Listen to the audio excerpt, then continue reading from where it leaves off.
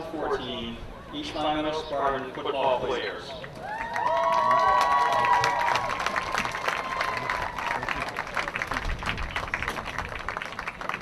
Played football for 9 years. Fullback and safety. Number 1, Captain Tommy K. Greetings to parents Tom and Patty and his sister Keely.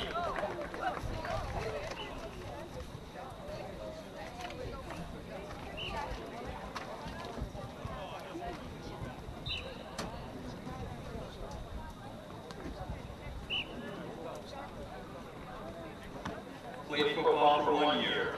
Safety. Number 4, Brendan Diarco. Greetings to Mom Anne-Marie and Dad Patsy.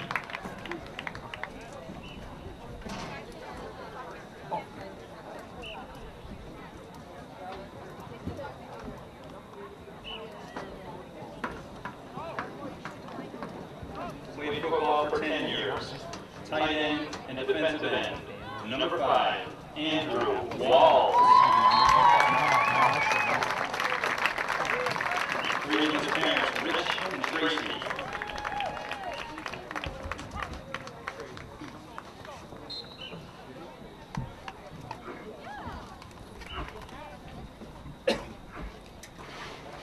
Played football for 9 years.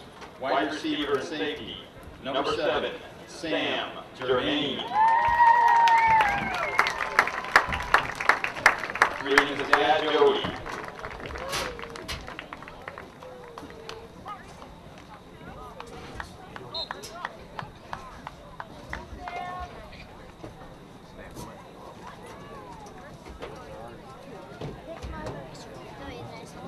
Played football for 5 years. The defensive end, number 9, Tanner Patterson. Greetings to parents Mike and Andrea and George. And brother Eric, sisters Amanda and Mackenzie.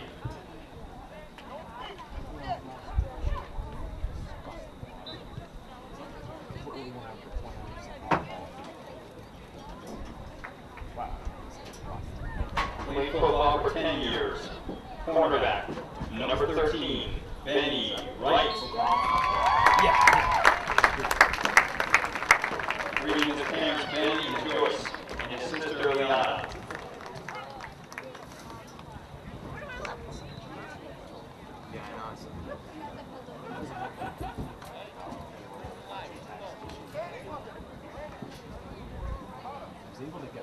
Played football for 10 years. Quarterback, number 18, Captain Devin Kennedy.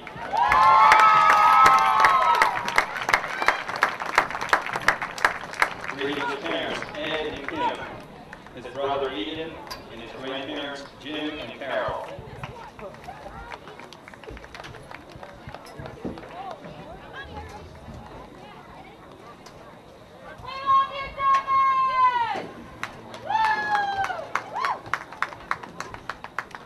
Played football for 10 years. Running back and linebacker, number 20, Andrew Rabier. Greetings to parents Paul and Lynn and his brother Christopher.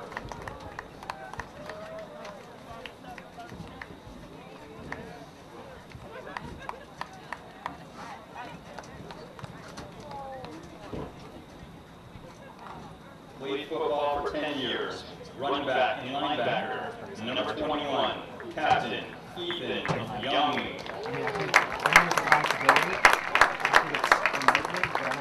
Greetings parents Larry and Michelle and his sister Haley.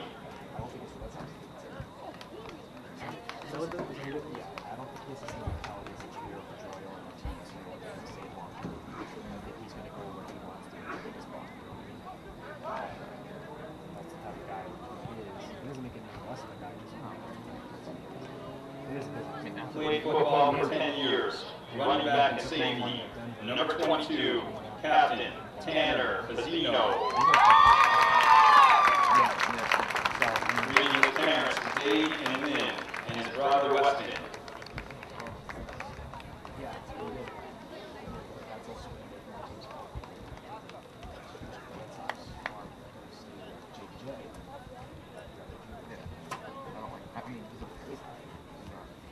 seen him. You've only seen him. Played football for 6 years.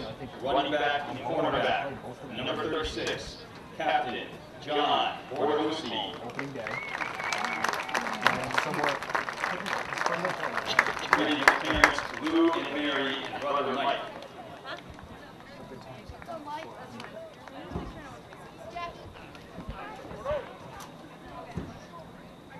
Maybe I speak tree. Played football for 9 years. Wide receiver and safety. Number 44, Ryan Taft. Greeting his parents, Bill and Linda, and his sister Hannah, and brothers Travis and Brandon.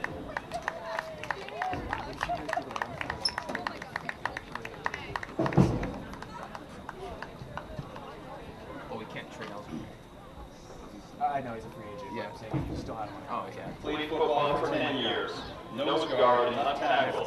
Number 67, Captain Brendan Logan. Greeting his parents, Tiff and Sheila, and his sisters Brooke and Emily. And last season's team captain and all Western Mass linemen and close family friend, George Blake.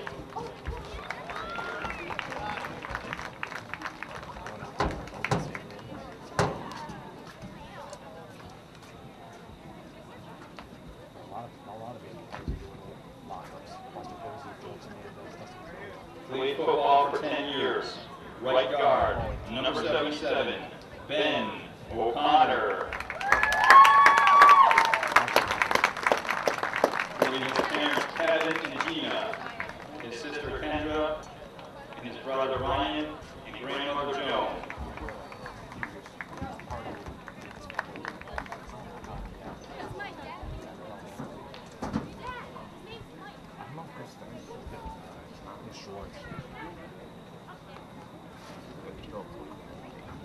Played football for 8 years. Tackle, number 79, Jordan Schwartz. Greeting his mom, Stacy, and his sister, Samantha.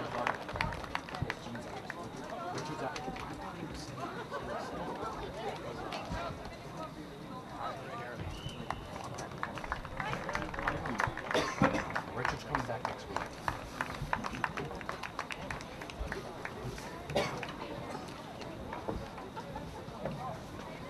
Played football for 8 years. Long snapper and defensive end. Number 87, Kevin Cone.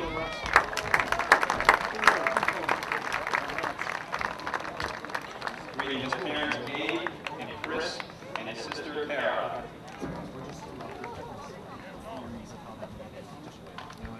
Get it over with. Win and it's in. Right. Which should have been already become last. Played football for 4 years. Wide receiver and safety. Number 88, Jose Gabby Cotto.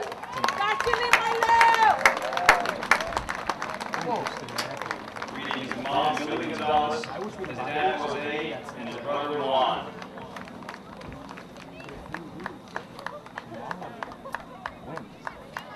Remember, this counts more. So we're tied, technically. No. Yes. The conference division will be 3-3. Longmeadow wins will be 4-2. And played football for 7 years. Right. Linebacker. So we could be in the number 49, Liam Driscoll. Yeah, oh yeah. And played football for 7 years. Tackle and brother, number 95, Sean Driscoll. Really, west side. Greeting their mom, Annie, and dad, Patrick.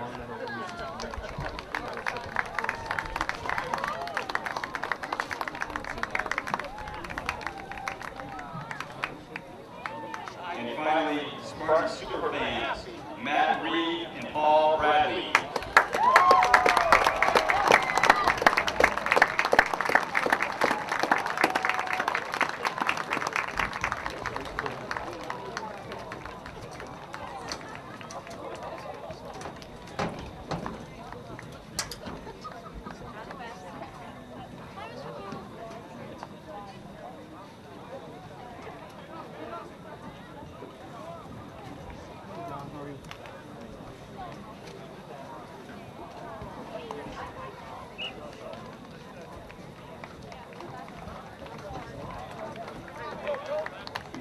congratulations to all the seniors and their families.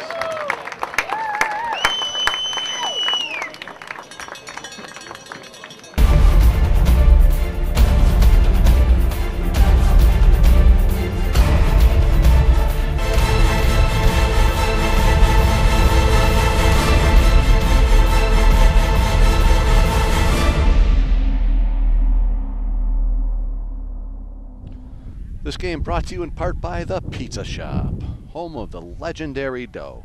The Pizza Shop on Shaker Road in East Longmeadow. After you're done with The Pizza Shop, head on over to Let's Yo for a yogurt experience. North Main Street in East Longmeadow. Fans, follow us on Twitter. Follow all your East Longmeadow sports by using our handle at LCAT Sports for all of East Longmeadow's high school sports scores and updates. At LCAT Sports. We are in the final season of Western Massachusetts football here in Week 9 between the East Longmeadow Spartans and the West Springfield Terriers. I'm Tom Cronin, joined alongside Matt Domenico, broadcasting on East Longmeadow Community Access Television. Matt, both teams came off a loss last week. Let's start with East Longmeadow after a disappointing loss after they blew the 36-20 lead at half to ultimately lose 48-36 at the end of the game. Yeah, I know. They started out great. They scored 36 points in the first half, came out firing. Looks like they were going to come out with a great win against Westfield, but unfortunately they couldn't score in the second half of that one, and they ended up losing 48-36. For the Terriers, they lost last week against Central 42-21. Matt, with that loss that East Longmeadow had last week, that really shakes up the whole playoff scenario. I mean, they could have clinched last week. Now they have to wait and try to win this game. Right now, if they win today, they get an automatic bid in the playoffs. But if they lose, they're going to have to wait and see what happens with a couple other games. But if I was Coach Raymond, it's a must-win. I would tell this team it's a must-win game. We'll get into the playoff scenarios later on the broadcast. But tonight is senior night. We'll talk about some of the seniors also later in the game. And East Longmeadow starts off by kicking a squib kick to the Terriers, who hand it off from one man to another. And they're going to get to around the 34-yard line. Opening kickoff is brought to you in part by The Pizza Shop, home of the famous and legendary dough. That's The Pizza Shop.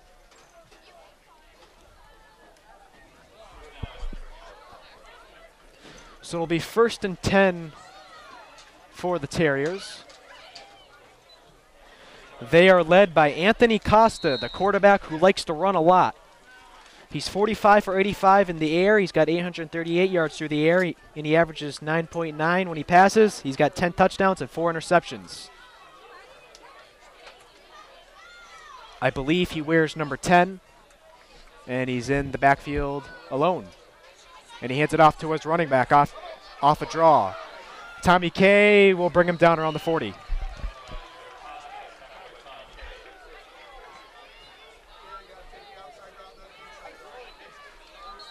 So second down for the Terriers after the good gain by the running back.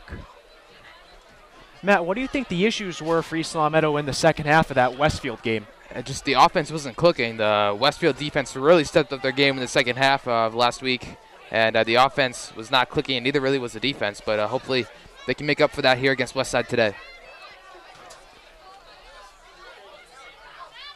Costa receives the snap, hands it off up the middle, and no, he keeps it. Excuse me, he fakes me out, and he gets the first down.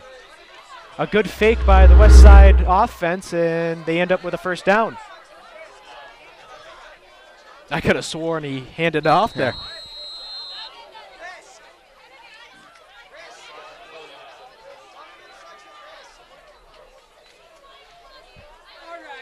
So they're in East Longmeadow's end now. Just around the 49.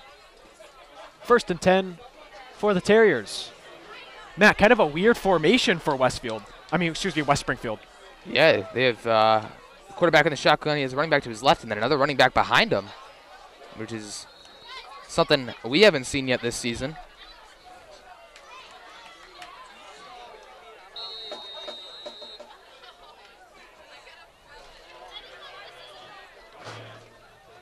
That's Randy Guyette. He's a captain for the Terriers. He's also a senior.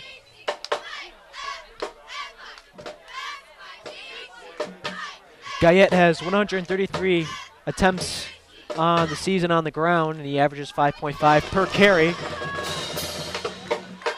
And to top it off, he has 6 touchdowns. West Side in their formation. They hand it off to Guyette again. Nope, they pass it. That's the second time they fake me out. A wide open man. It's going to be caught by Jared Costa for the touchdown to start off the night for the Terriers. Matt, we saw this in the Westfield game where they started off with a big bang play there. They do it again tonight against East Long Meadow. Yeah, it was a nice fake by West Side. They faked the handoff off the middle and went down the field to wide open Costa for a touchdown. Yeah, it's Costa to Costa. Jared Costa, the wide receiver, has 5 touchdowns on the air. And that's the 11th touchdown thrown by Anthony Costa. Yeah, they really faked me out both times. I mean, I don't know if you saw it. Yeah, no, I did.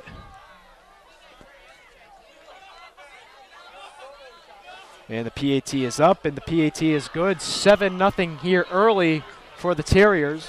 Yeah, that offensive formation is definitely not something the Spartans are yet familiar with.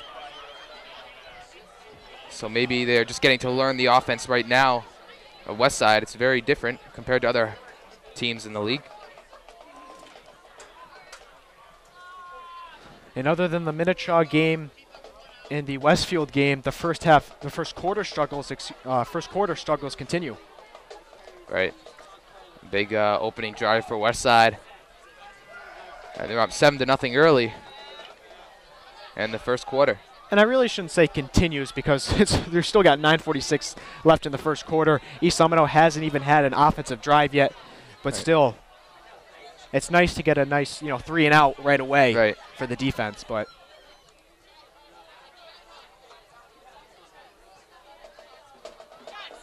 and it looked to me like it even faked out the defense as well. Oh yeah, yep, for sure. Because you had that big first down run, and then you had the big pass to put it in the end zone. Did you just see that? Number 14 just rolled over. Back it up, he tripped over himself. He played it off smoothly too, though, because he a good kick by West Side. It's going to be returned by Mikey Magpinto at the 10. He goes to the right side, cuts back in, and gets to around the 25.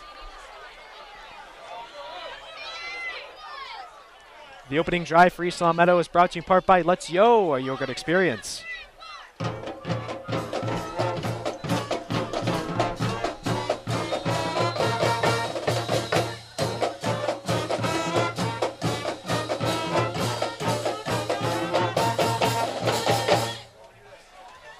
All right, so 1st and 10 for the Spartans. Ryan Taft is to the far right. Kennedy under center, 1 in the backfield, 2 in the slot. No one to the left.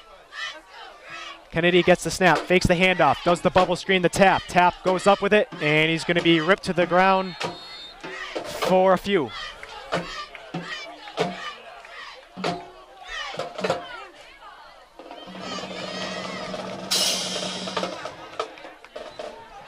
Matt, some injury news to the East Long Meadow offense. James Griffin is out with a torn meniscus, and also Richard's out for 1 week as well with his injury. So some new faces on the East Long Meadow squad on the offensive side, as this is going to be pitched, and he's going to be not handled well by East Long Meadow. It's going to be recovered by the Terriers. I'm not sure who he tried to pitch it to. I couldn't see the number. I think it was Vizino was the running back Kennedy was trying to get to on the pitch, but it almost seems like he pitched it a second too late because Kennedy got hit as he was pitching it, which forced a bad pitch, and it was very tough for Vizino to recover it. All right, so the ball is spotted just around the 30-yard line. Good position for the Terriers. Costa in shotgun formation. He's got 3 to the left, and 1 to the right. They do the pitch to Guyette. Guyette around the corner, and he's going to get around 8 yards.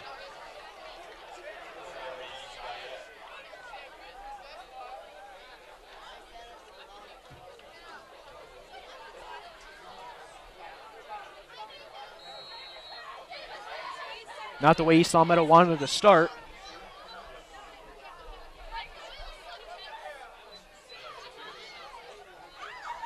So second and short for the Terriers. Costa stays in the same formation he was the last play. Trips left, one right, one in the backfield. And whistles are blown. So East Long Meadow's going to talk it over. And Matt, talking on those injuries, it's tough to see James Griffin out. I mean, we did a little story on him last week, a junior starting at the center position, filling in for Bubba Fisk. I mean, that's a huge role to take on. Yep. I mean, he's done a good job of taking over the role, so. And with this whole hurry-up offense, he's done really well. And then Richard, he's been a productive wide receiver with Taft, and tough to see him out as well. It's unfortunate that as we wait for the band to finish there, both juniors having some tough times at the end of the season. And we're going to resume play after the timeout. Guyette is on the other side of Costa now. And it's going to be a draw up the middle by the quarterback. And it looks like they're going to get the first down.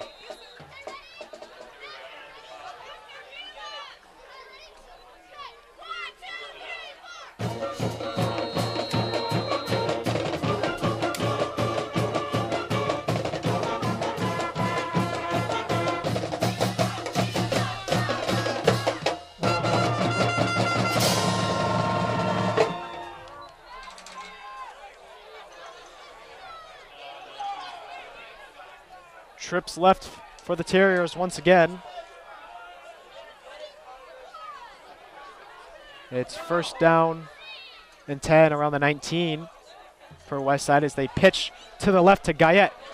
Guyette goes around the corner and gets a couple.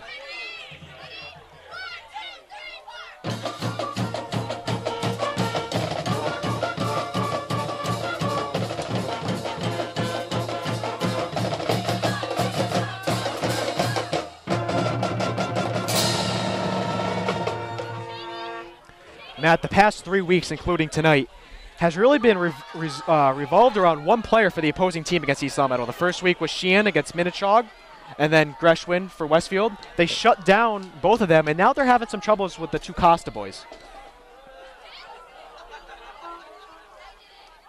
And here's this weird formation again with the running back behind the quarterback.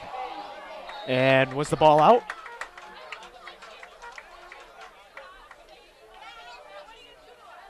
Looks like Westside recovered it.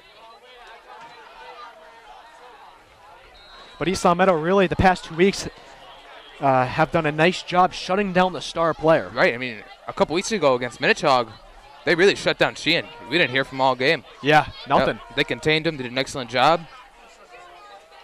And Gresham only had really one big play last week for Westfield. It was his 80-yard touchdown run, but that was just about it.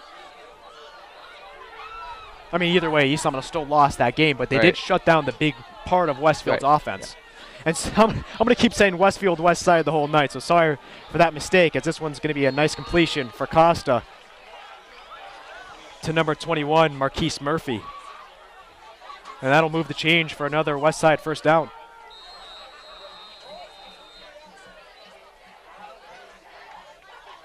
Matt, want to give us a nice little weather report tonight? Well, it is very warm for this time of the year, November 1st. It is about 60 degrees, Tom, tonight. So it is very warm. I could have went in shorts tonight. Yeah, we could have. We sure could have. That streak ending last week. Yeah. Costa hands it to Guyette.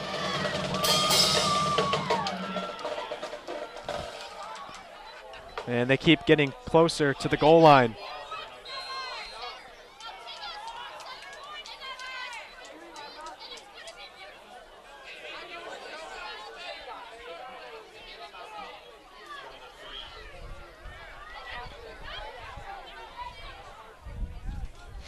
The quarterback for Westside, Anthony Costa, he has 6 touchdowns rushing and 10 touchdowns through the air. So he's definitely a dual threat quarterback, and there might have been some movement on the line.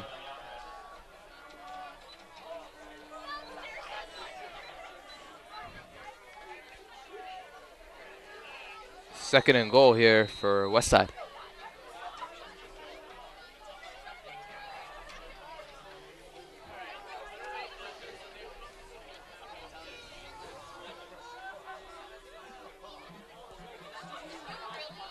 Matt, I remember when we were in Putnam and the goal line situation where they just kept getting penalties and kept moving backwards and backwards. They almost hit the 50. Yeah. So previously, Westside just called on the false start. Second and goal from around the 9. Costa pitches it to Guyette, who's on the right side. Guyette's going to take it to the house inside the corner for the second touchdown of the night for the Terriers. And he had no problem taking that one into the end zone. It's 13-0 here. Terriers over the Spartans. Guyette now has 7 touchdowns on the ground.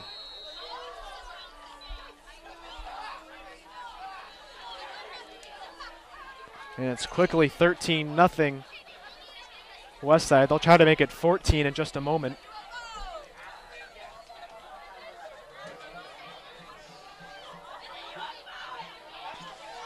Kick is up, and he laces it through. 14-0. Terriers lead it with 4:52 left in the first quarter.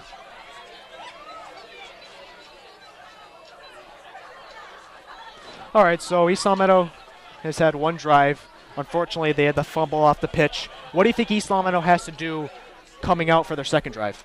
Just forget what happened the first drive and do what they do, because their offense is very powerful and they know it. They've really expressed it all year, so I don't think they'll have any problem coming out here and showing what they do, what they have done all season.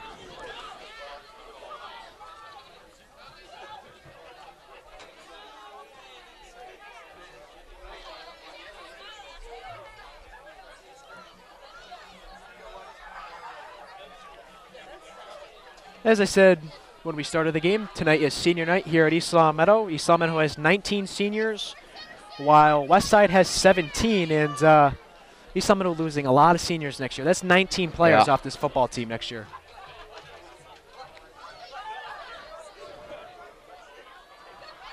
Including their quarterback, Devin Kennedy, who's been a big factor other than Mikey Match Pinto and a few others in East Longmeadow's success this year.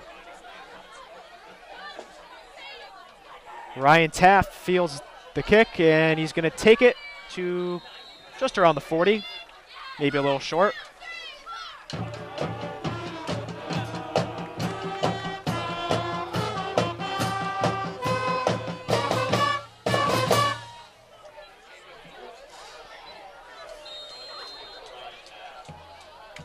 I think East Longmeadow, other than running the ball, which has been their strong point this season, short completions, like we saw in the Central game, even though we didn't score on them. Short completions that just move the ball down the field. We're close to the 50. You know, we're not backed up in our own end. Yep.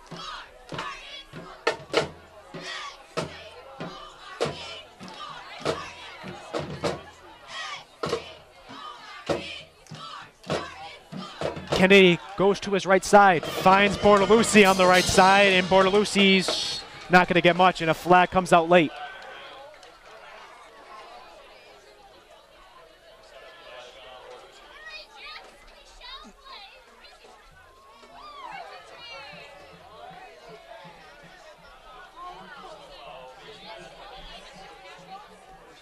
And it's going to be a foul on the defense. And it'll be a 15-yard penalty. I'm not sure if it was a face mask or a horse collar. We have confirmed it was a horse collar, so it'll move East Longmeadow up 15 yards and across the 50. So the Spartans will have a 1st and 10 at the 44. One man in the backfield for Kennedy. Fazzino in motion. They hand off to Fazzino. Fazzino cuts inside and gets 5 or 6 yards on the play.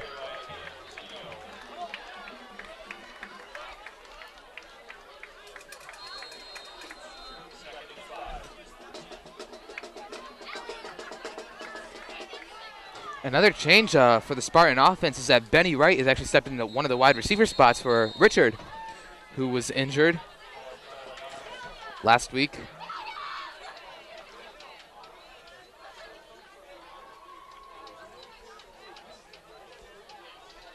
I'm not sure if he's in there right now. No, he just came off the field, though. Okay. Yep. Riley Held just subbed on for Benny Wright. Kennedy sends Bortolucci in motion. They give it to Magipinto, and Magipinto gets close to a first down. If not, he did get it. It's going to be 3rd and short. Yeah, I completely forgot about that. Benny couldn't stop talking about it in our class about him being in the wide receiver position. So it'll be 3rd and 2 for the Spartans. Kennedy looking at his wrist, getting the play. Tap to the far right. Benny to the far left. The pitch to the right side to Magipinto. He's got the first down, and he's got a couple more.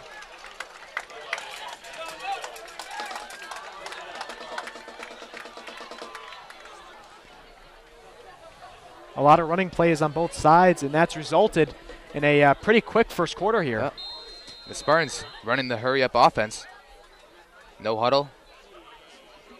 Kennedy drops back, looking down the field, goes to his left side. He's got a man, but overthrows him. And that was John Bortolucci, the intended man-wide receiver on the play.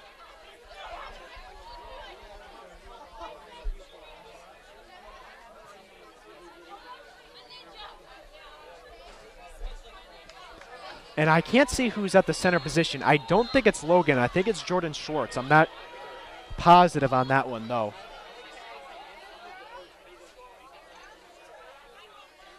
Kennedy gets the snap, gives it to Magipinto, and he's going to be wrapped up around the line of scrimmage. It is Logan. It is Logan? Yep. At the center position, filling in for James Griffin, who is out this week due to MCL injury? Is that what he said it was? Yeah, an MCL injury and a meniscus injury.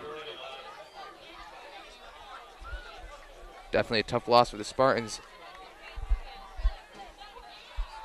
Kennedy drops back, and it's going to be tipped. And they're going to rule it incomplete. Yeah, that is a huge loss, because if you think about it now, that line was so good throughout the year. And they're doing well tonight, too. But now you're losing Griff, and then Logan's playing in a new position now, which he hasn't had to play the whole year. Right, that's a good point. And an injured player is down for the Terriers. I believe his number is 54, which would be Mark Courtois, or Courtois, however you pronounce it. He's a senior.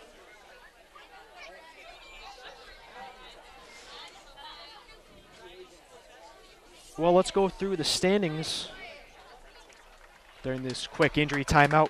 Westfield's in first at 7-0 overall. Central's in second at 6-1 overall. Then East Long Meadow at 5-2 overall. Long Meadow at 4-3 overall. West Side is 3-4 overall. Chog is 3-4 on the season. Holyoke 1-6, and Putnam rounding it up in 8th at 1-6. So, like you said, Matt, if East Long Meadow wins, they're in. Right. And the only way I believe that if they lose, they can still make it is if Chog beats Long Meadow. The top 4 teams make it in the AA division. So it'll be interesting to see how that unfolds tonight, as Kennedy's going to be ripped up in the backfield and brought down hard. It looked like he wanted to get the throw off, wasn't able to, and it's going to be a turnover on downs for the Spartans.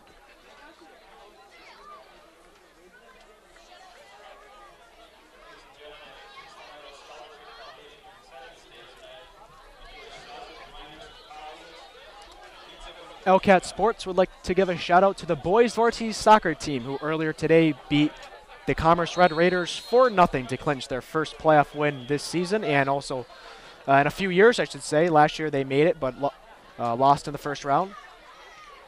And it's been a few years since the Spartans have won a playoff game in soccer, and they won in commanding fashion. So 1st and 10 at the 37 for Anthony Costa and company.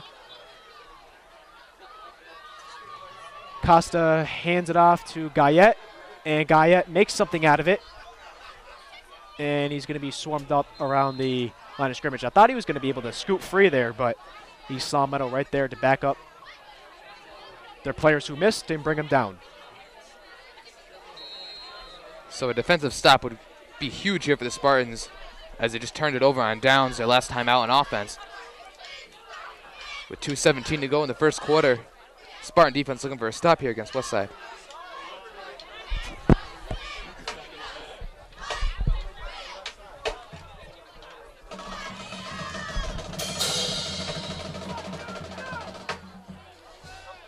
Two men left, one man to the right. Costa gets it, goes to his left, and it's going to be caught by Jared Costa. And that'll make it 3rd down.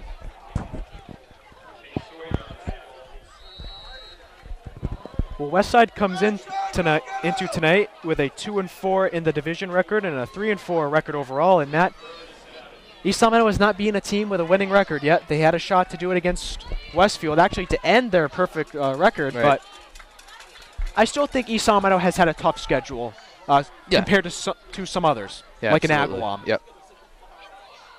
Even though Agawam is in a lower division.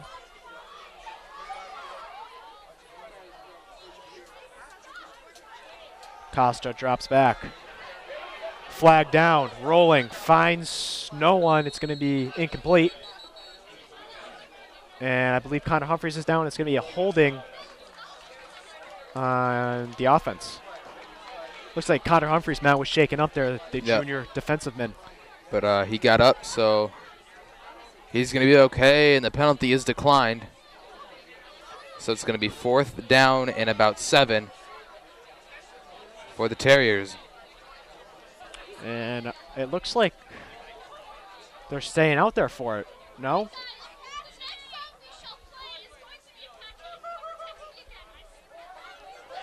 Well, the quarterback's over by the sideline, Costa.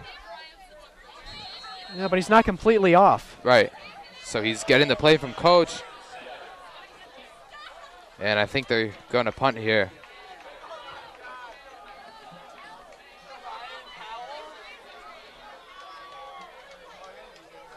Oh, so the he's also the punter. Yeah. Yeah.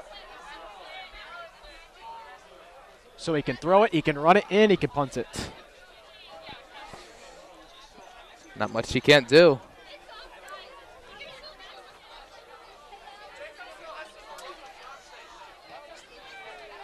Costa skies it up there. Taft calls for the fair catch around the 30.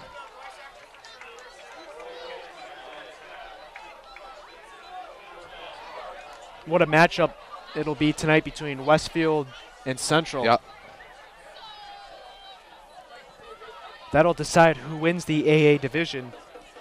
Westfield's obviously still undefeated, but Central by far is the best team on their schedule.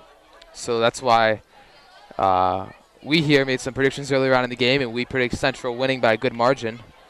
And most of our predictions up here in the booth. Kennedy pitches it to the left side. That's Vizino. And Vizino does not get much, if anything. Well, look at the standings, man. I mean, if Central won, they'd be tied. So they would have identical records. And with this new system, they're going to go through the points now of who's played who and who's done better against those teams. Right, so if Central wins tonight, obviously they're playing Westfield, so they'll be in first place because they're playing Westfield. And Westfield is the only team that could take first place over them. But if they beat them tonight, here's a nice run by Mikey Magipinto. He almost got by the last defender there. A big first down for the Spartans. Nice run by Mikey Magipinto. So yeah, if Central wins tonight, they get first place. And if Westfield wins tonight, they'll get first place because they're playing against each other, the top two teams in the league. And then you go through all the, ways they decide who actually gets the 1 seed. Right. And East Salmento does not get much on the run. Well, if Central wins, we would play Westfield, even though they have tied records. Right. And that's going to be the end of the first quarter, with West Springfield leading by a score of 14-0. Matt, it hasn't gone the way East Salmento wants it to go, but what are your first quarter thoughts? It kind of seems like one of the first quarters we've seen earlier in the season when they had a couple jitters coming out, like a missed pitch by Devin Kennedy, and it was dropped by Fazino. Right, those are the things you got to recover from, and you got to come out in the second quarter, fired up and ready to play, and forget about the turnovers and stuff like that, mistakes that happened in the first quarter. All right, on senior night, it's 14-0 after 1. We'll join you right after the break.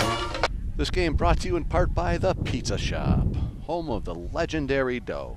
The Pizza Shop on Shaker Road in East Longmeadow. After you're done with the Pizza Shop, head on over to Let's Yo for a yogurt experience. North Main Street in East Longmeadow. Fans, follow us on Twitter. Follow all your East Longmeadow sports by using our handle at LCATSports for all of East Longmeadow's high school sports scores and updates. At LCATSports. All right, we're back to start the second quarter of play with East Longmeadow trailing by 2 touchdowns. I'm Tom Cronin, joined alongside Matt and Domenico here in East Longmeadow for the last week of the regular season. It's flown by really fast. Playoff start, I believe, next week. And it'll be 2nd and 10 for the Spartans. Man in motion for the Spartans. They hand it to Magic Pinto up the gut. And Magic Pinto gets around 5 yards on the play. Well, last week, Mikey Magic Pinto reached 1,000 yards on the season. A great accomplishment for a sophomore. And last week, he had 259 yards on 28 carries. As this one's handed to Fazzino up the middle. And it'll be 4th down.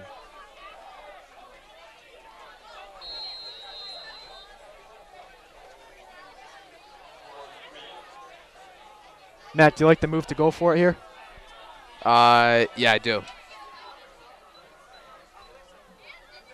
They're around midfield.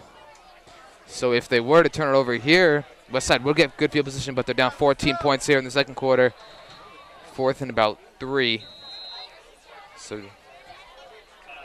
timeout East Longmeadow. I don't know if they're going to punt it now or go for it. Yeah, either punt it or talk it over about what play they're going to run. And yeah, with Logan coming off, they're going to punt it. Yeah. Ethan Young will punt it for the Spartans.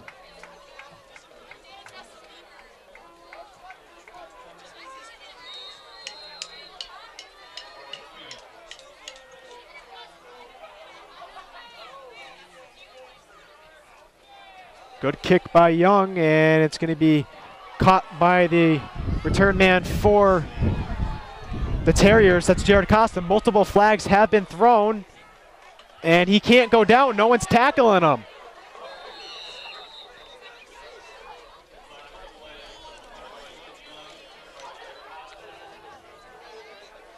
Now 2 flags were thrown on the play. I tell you what, he returned that around the 10. But now it's going to be brought back. So a lucky break for the Spartans here in the second quarter.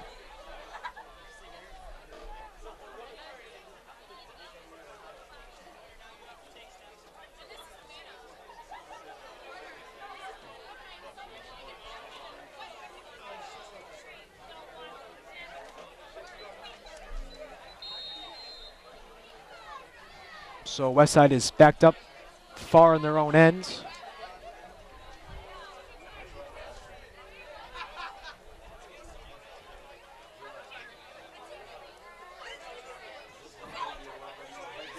Last year, I believe East Longmeadow beat West Springfield 49-13, if I remember the score correctly.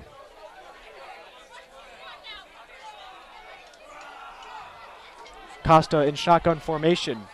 2 men to the right, 1 to the left, 1 in the backfield. He goes to his right. He's got a block in front of him. He goes back to his left, cuts inside, goes to the right side, and it's going to be incomplete. Great pressure on the quarterback. Nick Shea, Andrew Walls, Connor Humphreys did a nice job pressuring the quarterback and forced a bad throw for a Terrier 2nd down.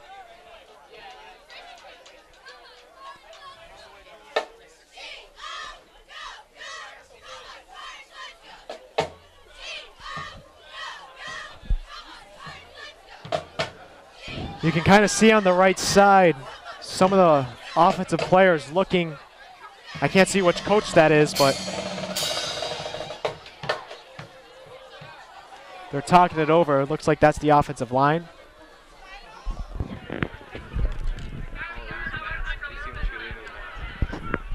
Flags are thrown. Costa up the middle.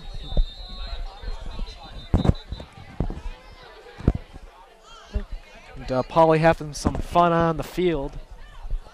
Yeah. Had the Halloween spirit on. Tell you what, he's been here for about 20 years, I believe.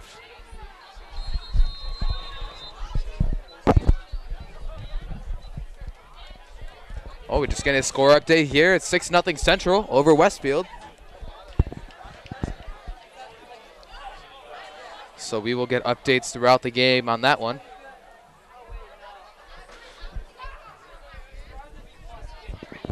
Costa hands it up.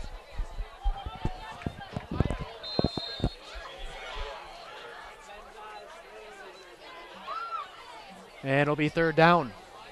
So third and about 5 yards. In the second quarter, we are under 10 minutes here in the first half.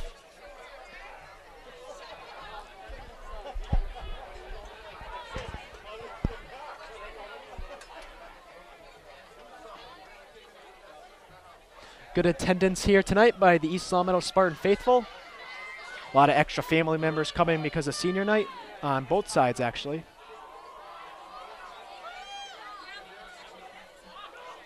Costa hands it up to Guyette, and it'll be fourth down.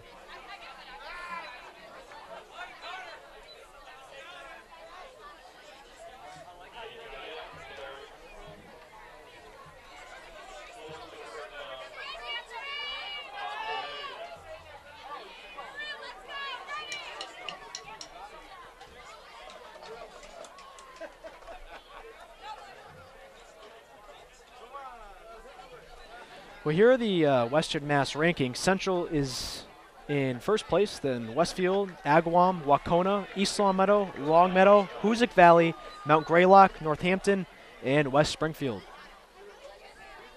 And excuse me, it'll be first down for the Terriers.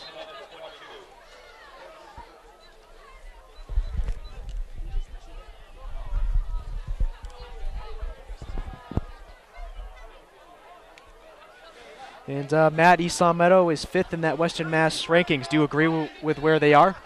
Let's see. We got in front of them. We have Central, which is the #1 team. Westfield and Agawam, which are both powerhouses as well. So, you know, the fifth spot is it's a nice spot to be. Because while Wacona is the team in front of them, that's 8-0. So that must be a well-deserved 4 spot for them. And East Longmeadow falls in the 5th spot, so I think it's well-deserved for the Spartans as well. You're nothing short on being the bracketologist in the school, so I thought I'd get your opinion on where everything's seated. In fact, I'm going to bring back some memories on NCAA basketball bracketology as East Longmeadow has a nice stop on Guyette, and it'll be third down. In 2011, you predicted UConn. Now, I don't know if you were joking on that or if you actually had a real reason to. Nope, I had UConn go all the way. They won the Big East tournament in 5 days. I was there. We watched the Louisville game. Great story. A team that was unranked to start the basketball season, and they came from behind. They won the Big East tournament, and they won the national championship as the 3 seed. What a story for the UConn Huskies in 2011. Now, was that Jim Calhoun's last season? No, that was the second to last season. Last season was 2012. Pass to the right side. That's Costa to Costa. And they're close to a first down. It looks like they're going to get it.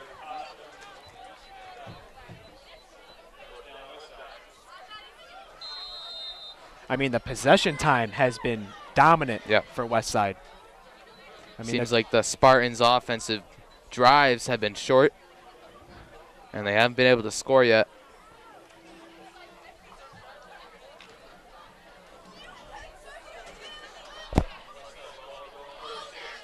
We're under 7 minutes left in the first half. 14-0 Westside.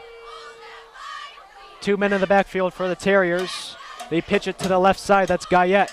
Guyette, there's a flag down. He's got a hole. He's got some more. Fazzino brings him down around the 35.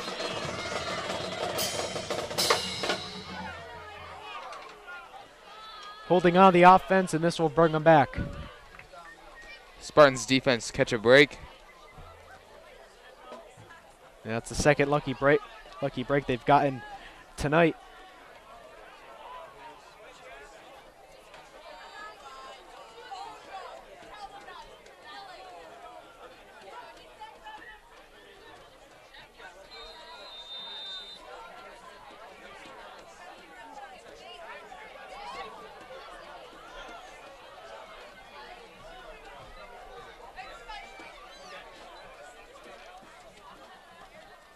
Boy, this game's flying by.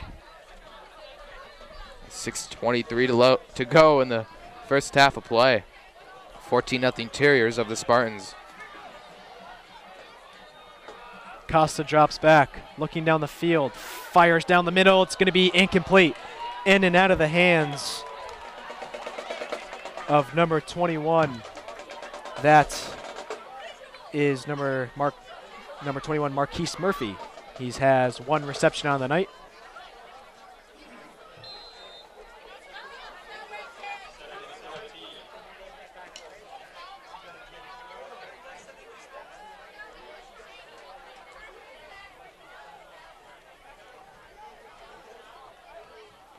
Murphy averages 12.5 yards receiving, and there's going to be a timeout on the field. The West Side's going to talk it over. And Matt, I know you're not, the musical man here. I know you like music a lot. I don't know if you really know you could say, practices behind it, but what does a conductor do other than wave his or her hands? They control the tempo of the band. It seems that they're always going to the same pace. Yeah. So what are they changing? Personally, I don't see the need for a conductor. As they hand off to the left side, he's down the sideline and he's out around the first down, but a flag is down in the backfield. Yeah, it would have been an 18-yard run, but this one might be coming back again. But I mean, yeah, they're going in the same formation every time. I mean, oh yeah, I could stand out there too and do that, You know what? They're out there. If that's what they enjoy doing, I'm happy for them. Yep. So this is a holding against the offense, and a face mask against the offense. I mean, do you even think the band members look at them? I don't think so personally. I mean, they might. I could be completely wrong, but yeah, we could be. We could be completely wrong. We have no clue, but and they have 2 conductors. So what if one's at a different pace than the other? That just messes the whole thing up. But what if one controls one side and the other controls the other? So maybe that's I like the differential. Thinking. I like your thinking. All right, so it'll second be and about 32. Yeah.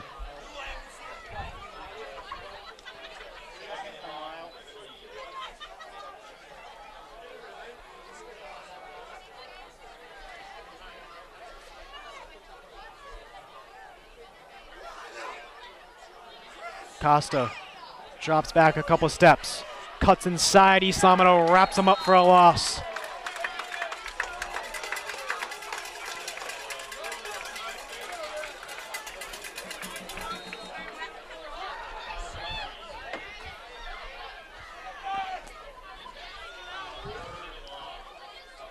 So third and very long for West Side, and what a big stop it would be for East Longmeadow. You think about if they stop them here, they get the ball back with 4 minutes, take some time off the clock, score, possibly go into halftime 14-7, and then get the ball back. Start the third quarter. Guyette with the carry, and nothing doing for him as he just gets a few. So the Spartans will get the ball back with just enough time to score, too. Plenty of time, actually. They'll have about 4 minutes and 15 seconds to score once West Side punts here.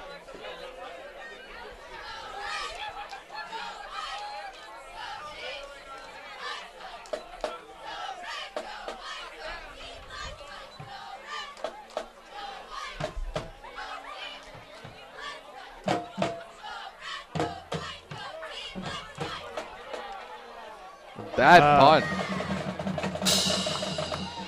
Didn't even cross the 50. Yeah, excellent field position for the Spartans.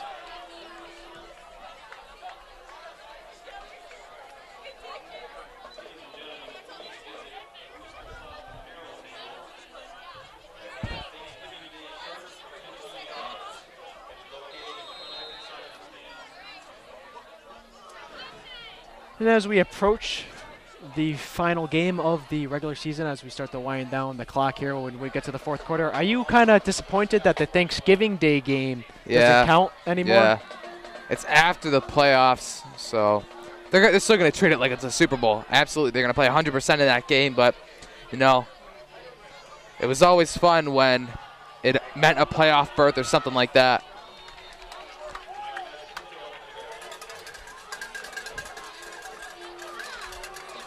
And Magipinto has a good gain. It's going to be 2nd and short.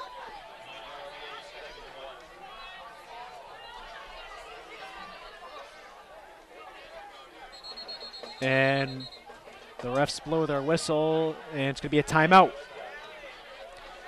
So Westside will take a few moments to talk it over. Yeah, it's not going to be the same. I think it's still going to have the same atmosphere. I mean, we'll be covering the game. Right. I mean, I think the fans are going to have the same, intensity they usually do. I think the players as well. Still kind of hurts, though, that it doesn't count in the actual record book. Right. But in the history, it does. I mean, they're still going to remember who beat who this year, no matter what the scenario is.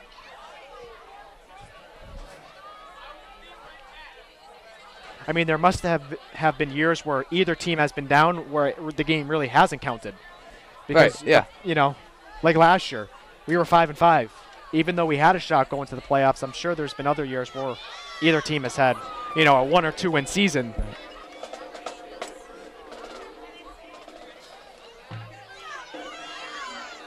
Remember a few years back, a couple games came down to an East Meadow missed field goal, which decided the game.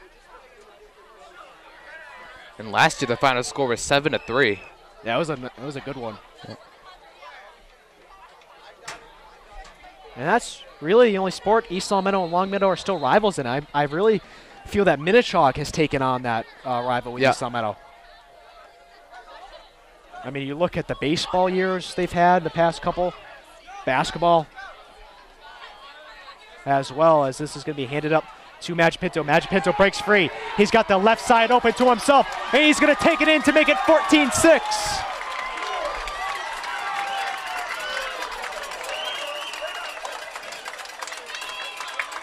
That is the 19th rushing touchdown on the year for Mikey Magipinto.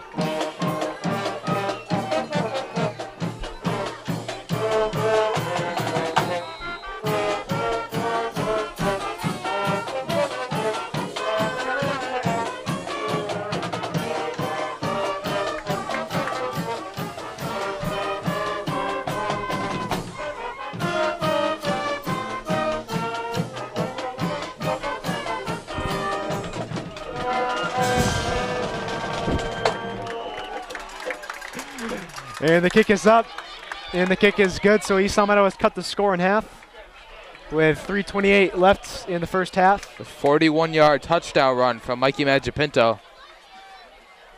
Yeah, made a nice Who play. else? Yeah, going to his left, had open space and took it in. 19th on the year, on the ground.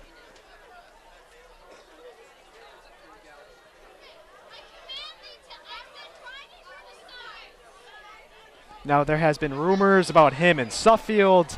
You can never always believe that. And I bring that in because I'm going to lead to this next topic. We'll talk about Bryce McAllister later in the game, as him and Sam Blake actually met up on the field to play each other last week when Suffield played Williston. Okay. Bryce McAllister committed to UConn, who's having a spectacular season this season. But not really. They are not having a great season. Yeah, what are they, 1-6, 0-6? No, they haven't won a game yet. Yeah, the Huskies. Yeah, but definitely looking to step it up with McAllister next year. Possibly Blake, too. He's looking at UConn. Yeah, all right. So we'll definitely accept him there. We'll need him. Actually, the headline in that story was talking about Bryce, even though he committed to UConn, the recruiting options are still open. Okay. So he can still opt out of it. But I mean, why would you? Division I, local. Right. Right.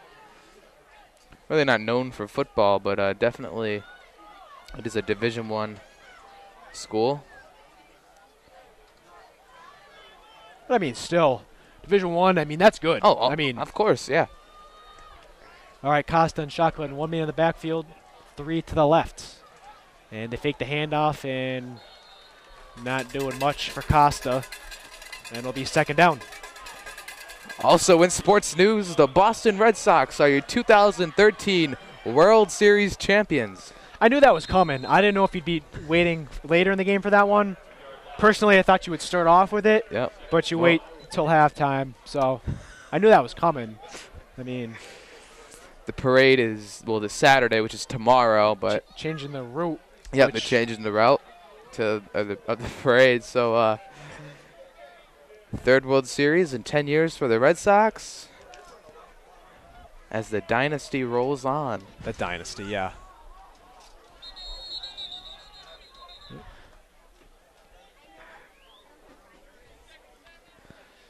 I think the Yankees should just get a golf membership for this time of the year. Yeah?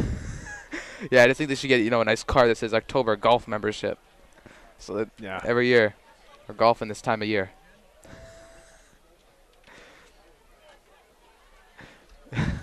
Don't worry about it.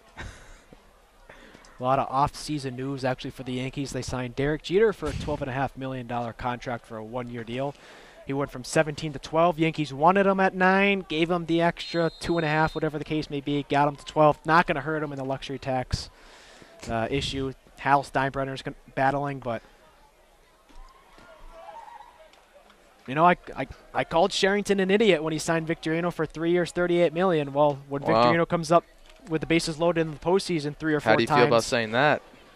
Well, I mean, it's not, if you think about it, he wasn't shaping up to be until he got injured. Yeah. And then he had to go to the right side, and guy started hitting 660, and then as this one is given to Gayet on the right side, and it'll be 3rd down. But, I mean, what a World Series overall, though. I mean, you saw it all. From the obstruction call and just everything. Tough. It was, it was better than a 4-game sweep. Yep. It was I agree. for a big fan whose team's not in it. It was better than a 4-game sweep. Yeah. So 3rd down and 6 for West Side.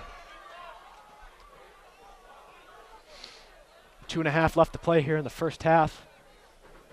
Spartans trail by 7. Casa is going to take it himself, and a good stop by East Long Meadow.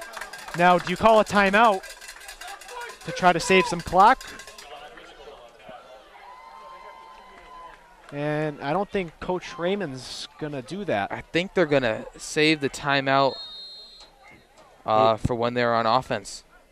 Maybe they get a nice big passing play down the middle or a nice big run. That's when you'll want to take the timeout to stop the clock.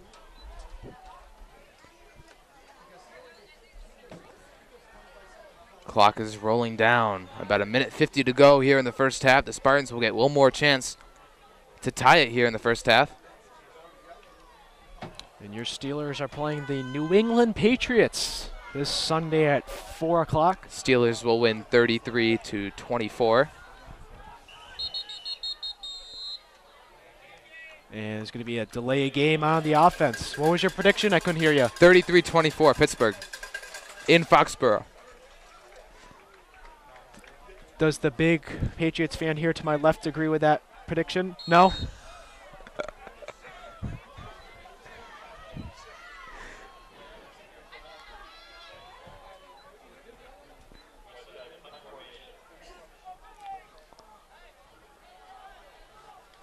And speaking of the AFC North and the Steelers, George Blake was on the field earlier tonight, the big Baltimore Ravens fan. And this is going to be kicked off to around the 45, and it's going to move to the 44.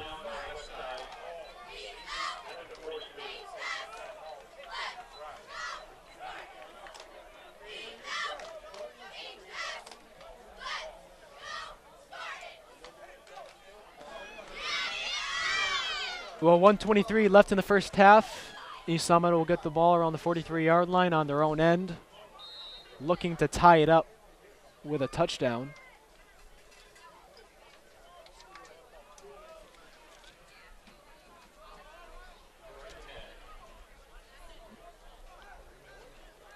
Kennedy under center. Looking over to the sideline, looking at Maurer, who's looking at his offensive play sheet.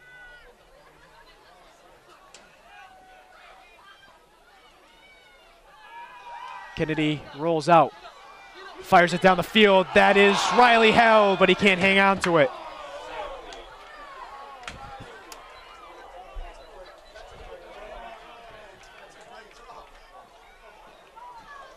He had it. He had it. Just a little too much to handle for Riley Held. He's like East Long Meadows' Rob Gronkowski out there, just this big Yeah. bull. And this is handed off up the middle to Madge Pinto. He's got a hole, but he's going to be tripped up around the 40.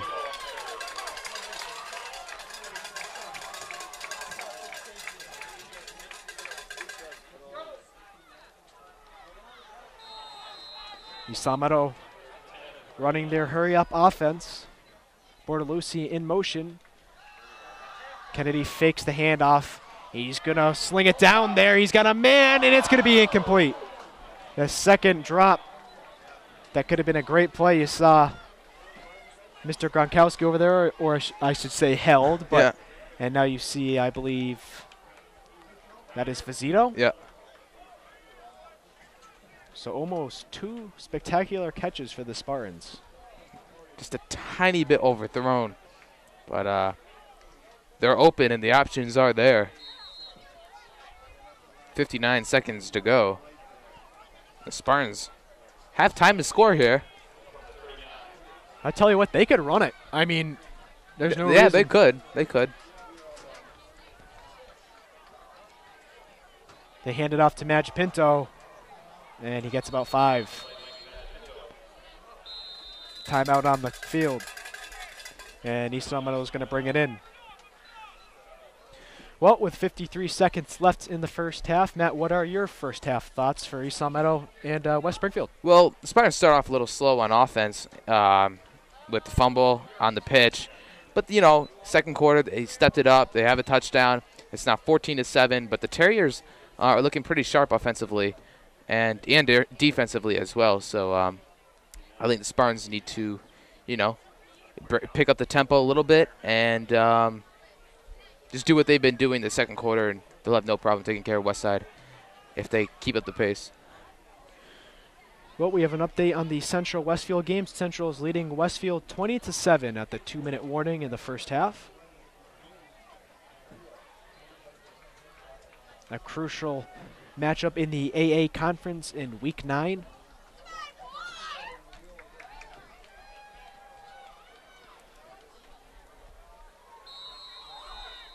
East Long Meadow would love to tie it here and go into halftime with some momentum and then get the ball back to start off the third quarter. Here's Kennedy, goes to his left. It's going to be caught by Taft. Taft eludes his man, and another one, and he's going to take it to the 1-yard line, I believe. What an excellent drawn-out play. Let's just take another look at this right here. It was Ryan Taft on the screen. Gets away from... Yeah, he made a nice move, got around the defender, and he just broke up the sideline and almost got in the end zone. Excellent play, Devin Kennedy to Ryan Taft. You know, I was going to say he was going to take it 2, and then it was the 1-yard line. Unfortunately, not to the end zone, but here's Mikey Magipinto, who will take it to the end zone to make it 14-13 with 39 seconds left in the first half. And the Spartans tie it up. Well, they get the chance to tie it up here with a field goal. It is 14-13. John Bortolucci on to take it.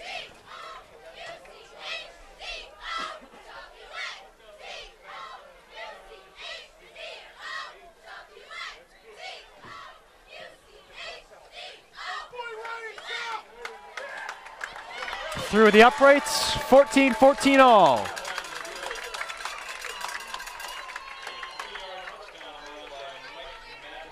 And that's Magic Pinto's 20th on the year.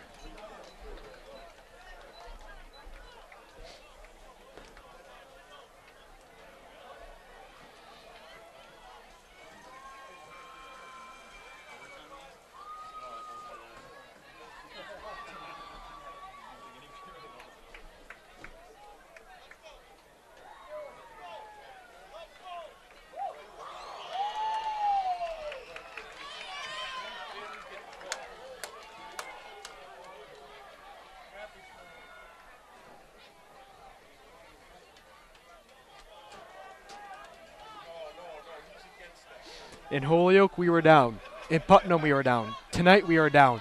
At any point in this game, did you feel worried? Because I didn't. Never. Nope. It always seems like, they always start off slow in the first quarter, but their second and third quarters are their two best quarters of the game, and they always manage to recover it 9 times out of 10. Bortolucci makes sure everybody's ready and kicks a squibber down the field. Returned around the 17. And the Terriers bring it to the 40 with 33 seconds left before halftime. And with 33 seconds left, I completely forgot on doing a trivia question, but I kind of made one up with a minute left. We're going to do a World Series trivia question. I believe this is correct. I believe. I'm 99.9% sure this is a correct thing. Or for the answer. I can't tell you the answer, but here's the question. What two teams have met the most times in a World Series? So Okay. that's the trivia question. What two franchises have met the most in a World Series?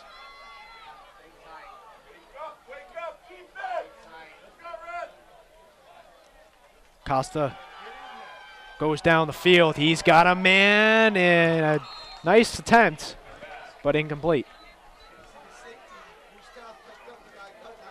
John Bortolucci is going to come into the game.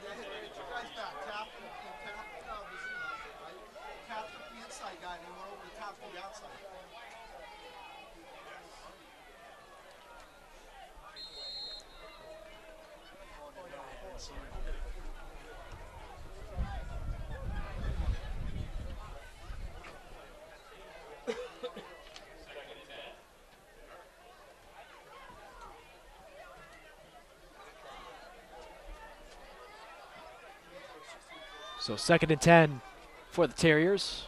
Around the 40, high snap. Costa over the middle to the other Costa, and a nice hit by Bortolucci. It will be a first down.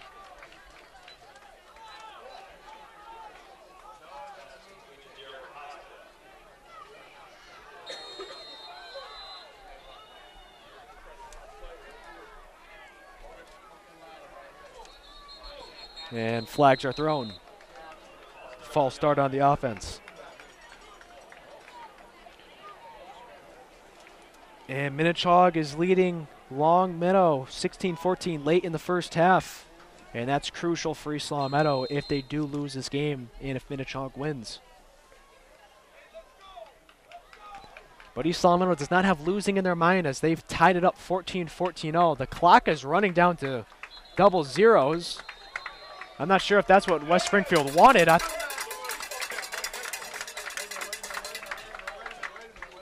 East Long Meadow's bench is heading off the field, but now they're being called back.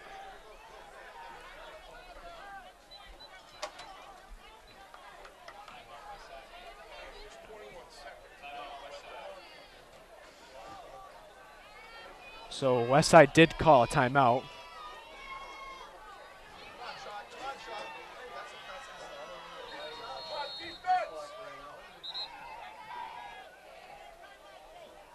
But one of the cheerleaders has a birthday today. As the cheerleaders start singing the happy birthday song.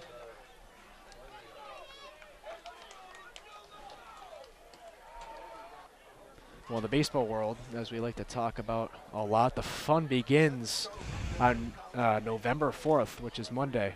That's when all the signings usually are completed before the winter meetings happen. Hey, how much time in the quarter?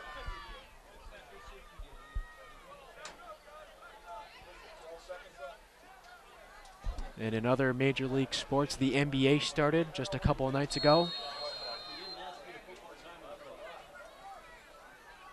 And college basketball starts next Friday, I believe. And Costa gives it to Guyette. Guyette will get away from one. Nope, they're going to wrap him up with that one man. I believe that was either John Bortolucci or Chase Sawyer.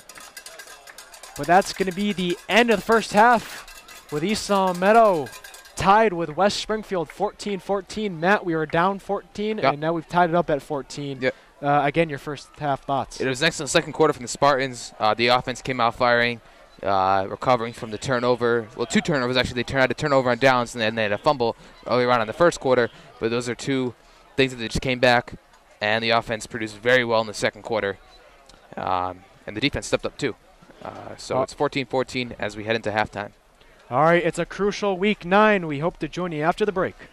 The seniors are Allison Hayes, Cole Buzzi, Aaron Zenrist, Kristen Flanagan, Chris Yeomans, Avery Singh, Molly Kalanick, Tori Ford, Catherine Martin,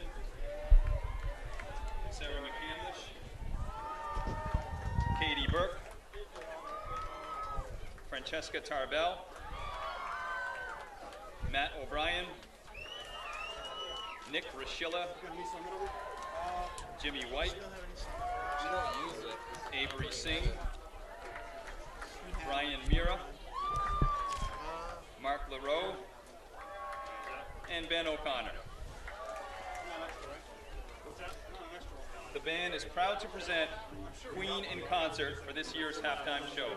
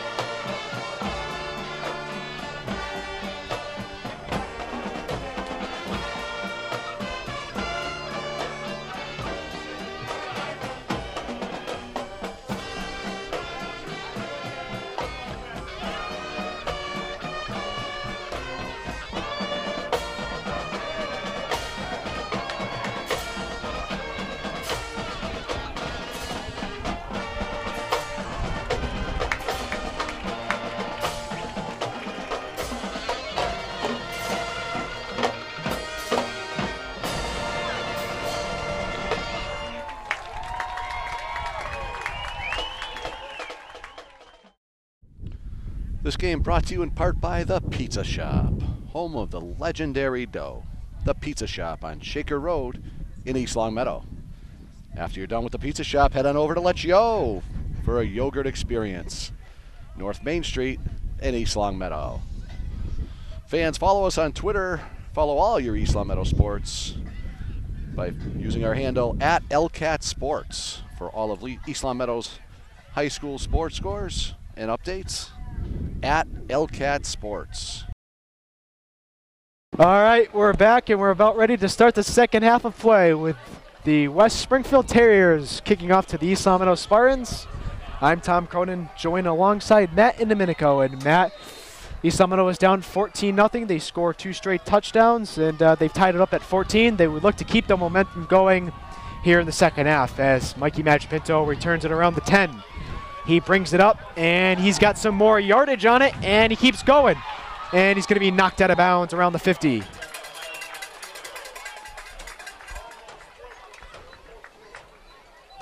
Now, should I repeat the trivia question, or would you like to give an answer? Repeat it for the viewers. Okay. So they know what it is. The trivia question was, what 2 teams in Major League Baseball have met the most times in the World Series? It sounds wrong me saying it. I'm just going to say Yankees and Cardinals. That's false. False. I don't know. It is the Yankees and the Brooklyn and Los Angeles Dodgers. That was my second guess. If not, that should have been my first guess because I said that during halftime. They've met 11 times in the World Series. And I did say that during the half, but I don't know why I changed my mind. And the Yankees have won 8 of them, I believe. And Kennedy throws it down the field. He's got Held, who turns, and it's going to be actually in and out of the hands of John Bortolucci, but either way, it's an incomplete pass for the Spartans, and it'll be 2nd and 10.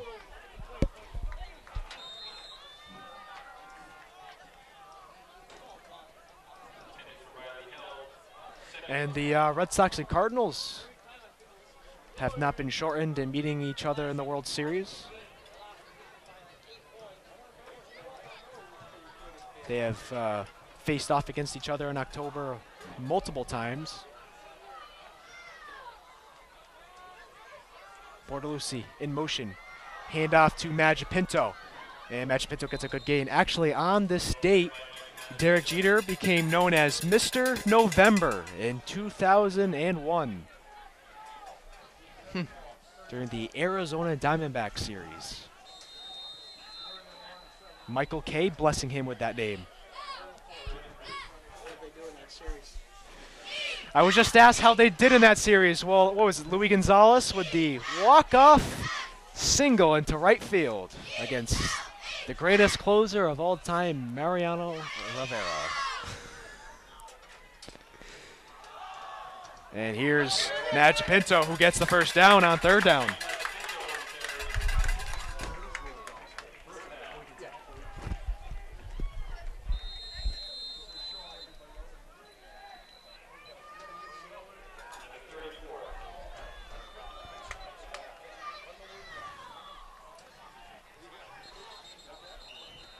And flags are thrown.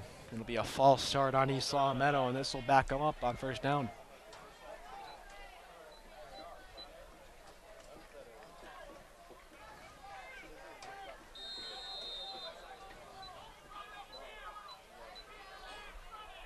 I've always liked how the cheerleaders get a senior, and then they kind of do a decoration on the black shirts.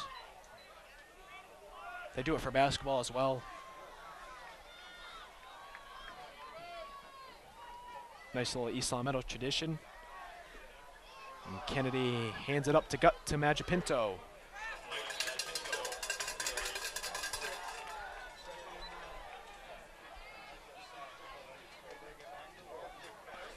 And Matt, I saw Coach Ochoa at halftime. He was watching part of the game. The new East Longmeadow head basketball coach for the boys. Yep. He was the JV coach last year. He got bumped up to varsity as Coach Youssef is at LIU, and he's one of the sports directors, something like that, for the LIU program down there. I think he runs like the basketball operation, something like that, like he said. And here's Fazzino around the left side, and he gets the first down.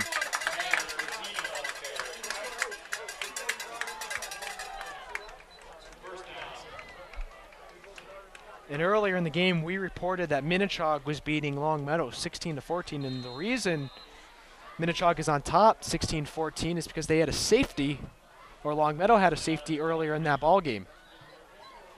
Here's Madge Pinto again. Gets a good gain. And Central was leading Westfield 33-7 in their game earlier. It's been a fast season. Kennedy pitches to the left. There's Madge Pinto. And Madge Pinto keeps going, and he's going to be tripped up inside the 10-yard line. So first and goal for the Spartans.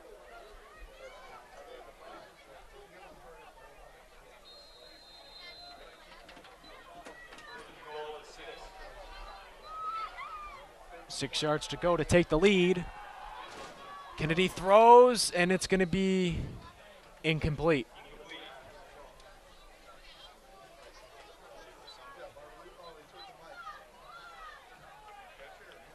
And there's the duo on the court last year in front of us, Sam Blake and Luis Rodriguez.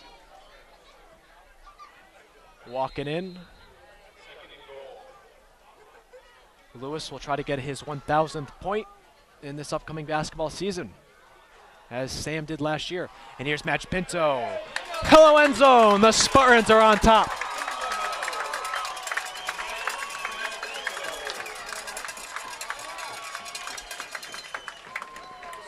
(20-14) with 9 minutes left in the third. That's his third touchdown of the game. His 21st on the season.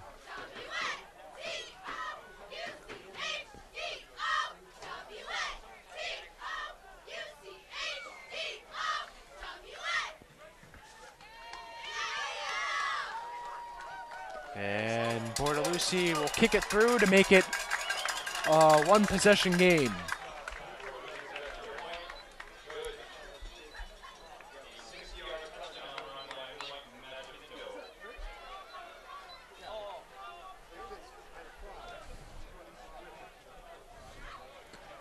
Other news in baseball, the Red Sox just exercised a $13 million option for John Lester. So that is certainly good news for the Red Sox. They'd like to see him come back. I don't see why he would leave that on the table and look at free agency. Had an excellent start off to this 2013 season. Finished it off with a ring.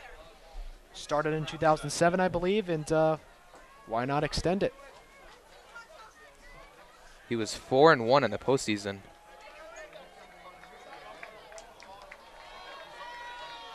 Four and one with that crucial Game 5. Yeah. Wanted to make sure it wasn't Game 4. Yeah, this is when it, like I said, starts to become fun. November 1st, November 4th is another big date. And a squig by East Long Meadow to around the 20. Returned by West Springfield to the 32.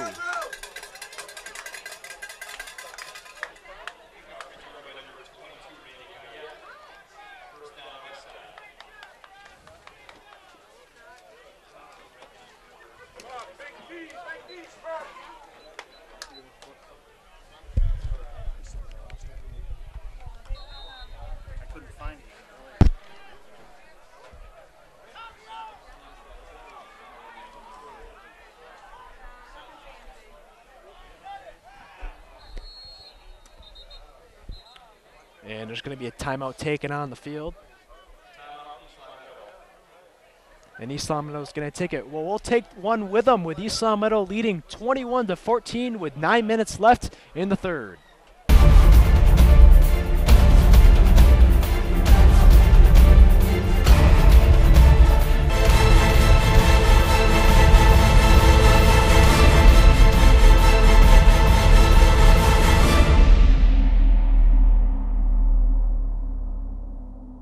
All right, we're back. Costa talking it over with his teammates on the offensive side. Again, we have 9 minutes left in the third. East Long Meadow has a one-touchdown lead.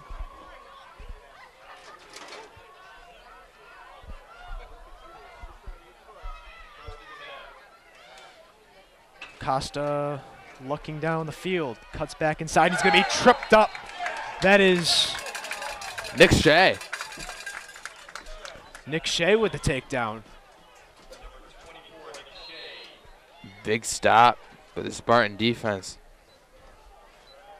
So it'll be 2nd and 17 for the Terriers.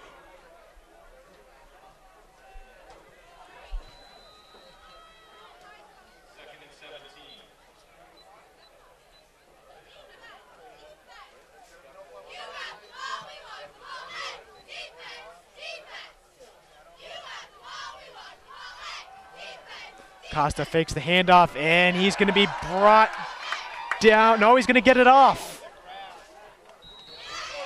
You saw Meno wasn't able to wrap him up. Nice job, though, to get that throw off. Yeah, let's take another look at that one. Anthony Costa, it looks like he was down, had a couple of men on him, was able to fling it out to the right sideline and keep it at 3rd down and 17 to go.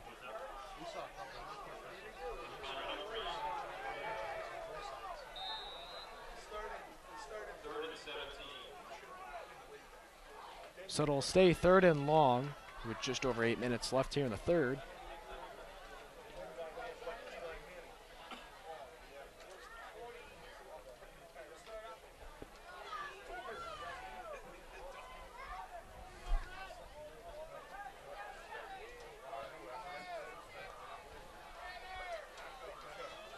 Costa in shotgun formation. Fakes the handoff. Goes for the screen, and it was almost picked off by East Long Meadow. And it appeared to be right through the hands of Tanner Frazino, who almost took that one the other way. But it doesn't matter. The Terriers will punt anyways, and the Spartans will get the ball back. I mean, Here, 8 minutes to go. If he catches that, he's close to a pick 6 possibly. Oh, yeah. Oh, yeah. He had no one in front of him.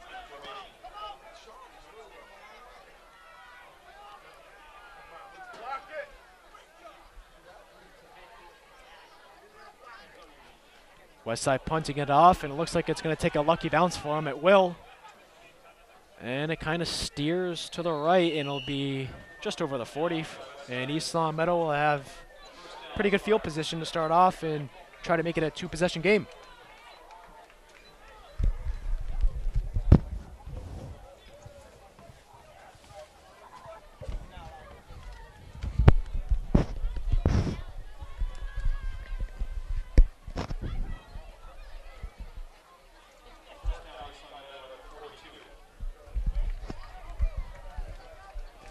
So 1st and 10 for the Spartans around the 42.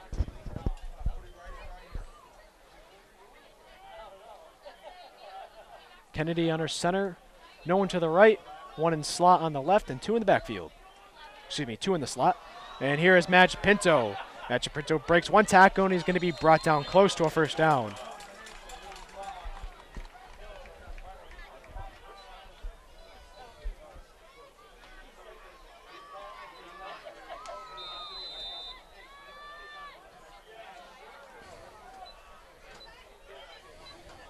Taft to the far left.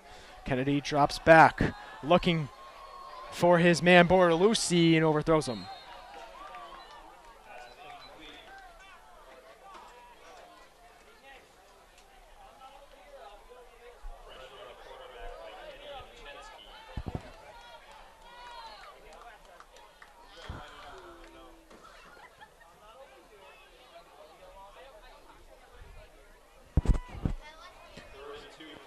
.7:22 remaining in the 3rd. Spartans on top, 21-14. Here with the ball at midfield. Kennedy trying to draw the defense off sides. He steps back for a moment, looks at his wrist, and now he loses the ball. And it's going to be waiting for the call here. It's going to be West Springfield's ball. A costly turnover at midfield, and now the Terriers are in business here, only trailing by 1 touchdown. They're at the 50 with 7:14 left in the 3rd.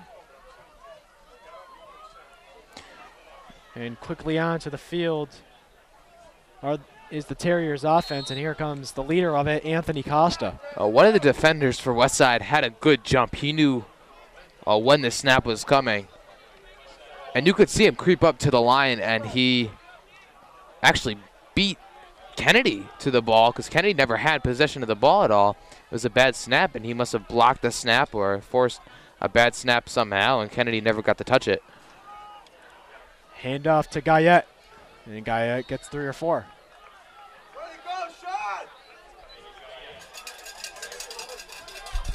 Guyette is a senior captain for Westside.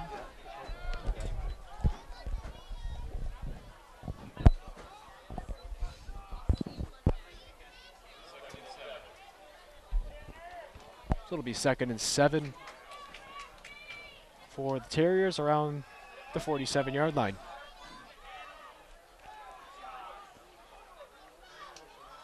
Westside's in their unique formation. Here's Guyette, and East Long Meadow has a nice stop.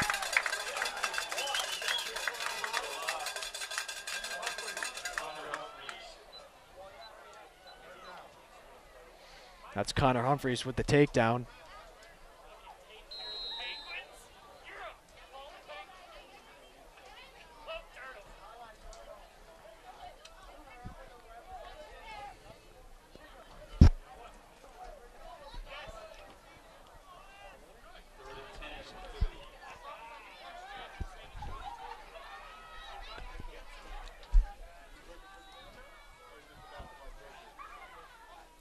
Costa gets a snap, goes to his right, looking down the field.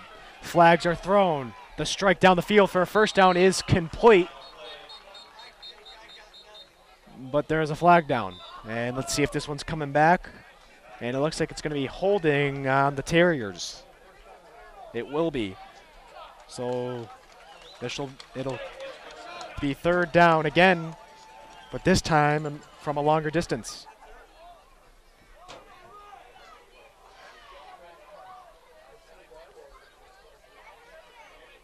Andrew Walls going over to Coach Maurer, getting some tips.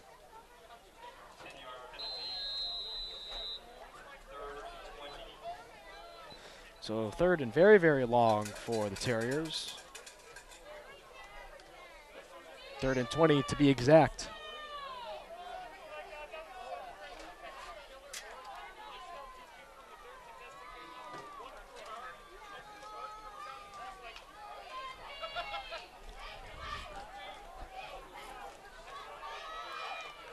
Costa drops back, scanning the field, goes to the middle, in and out of the hands of the other Costa boy, but flags are thrown, and let's see what the call is. I could only imagine it would be a pass interference. It will be, and it's going to be on the defense. So after West Springfield had the holding call, East Long Meadow helps them out by committing a pass interference call.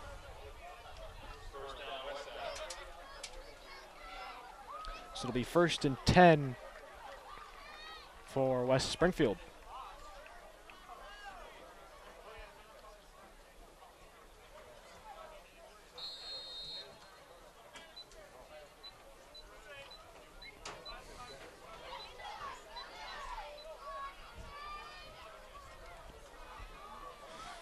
Two men to the left, 2 men to the right. One in the backfield, Costa at the quarterback position. He drops back, goes down the field, has Jared Costa, who makes a nice catch, and he's inside the 10-yard line. 2 East Long Meadow defenders bring him down, but West Springfield looking to tie it up here with just over 5 minutes left in the 3rd.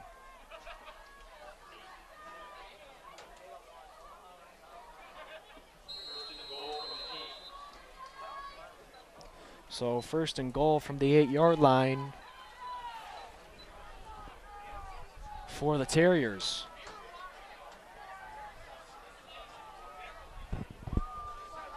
Shotgun formation once again for West Springfield, and Costa draws it up the middle himself. He's got an open lane and takes it in.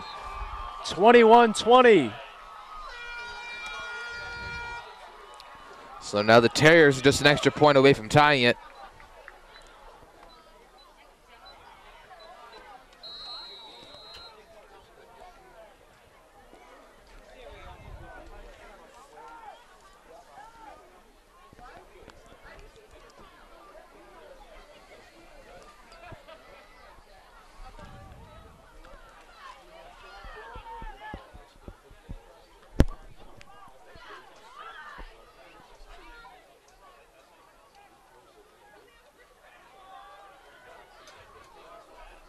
And the kick is up, and the kick is good. We have a tied ball game with 4:42 left in the third.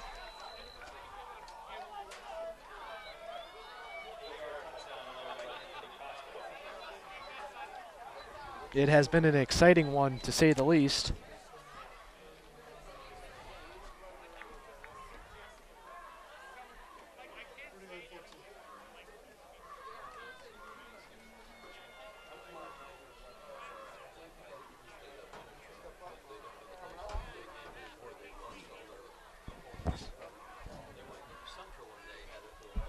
Earlier in the game, we were going to talk about Bryce McAllister and Sam Blake and their outcome last Saturday afternoon, and Suffield beat Williston 55-21.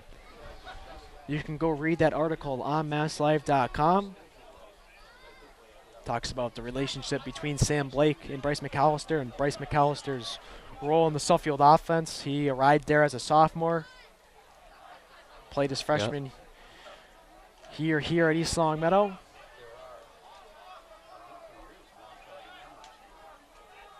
They got Bryce from us. I certainly hope they do not get Mikey.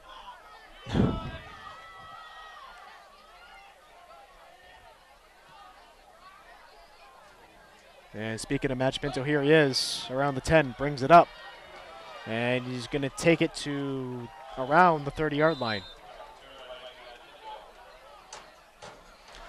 Follow us on Twitter at LCAT Sports, and if you are our 100th follower, you get to join the broadcast booth with me and Matt, and you get the full experience. We have 98 right now, and you can also check us out on YouTube at LCAT 01028.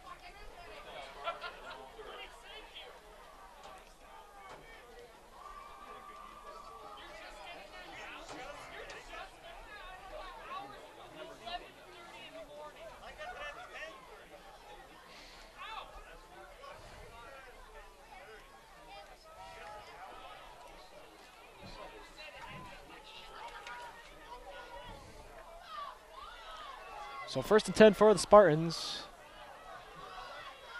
Ball marked around the 30. Here is the pitch to Match Pinto on the right side. And now it'll be 2nd down and around 5 for the Spartans.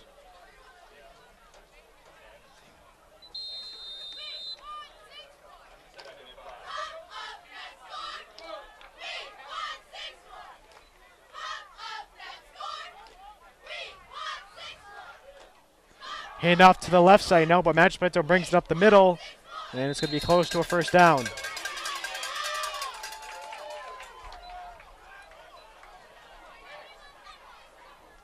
If you would like to be an underwriter for LCAT sporting events, please contact Sports Director Tony Santinello at 413-525-4220 to learn about how you can become an underwriter with surprisingly affordable introductory packages that put the visibility of television to work for your business and support great local programming for the whole community.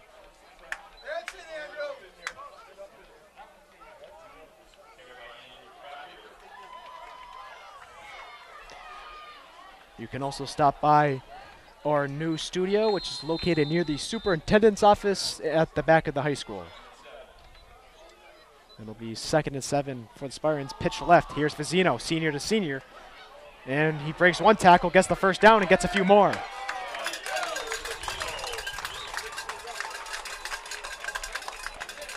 So now Spartans into Terriers territory as they look to take the lead once again here before we enter the 4th quarter.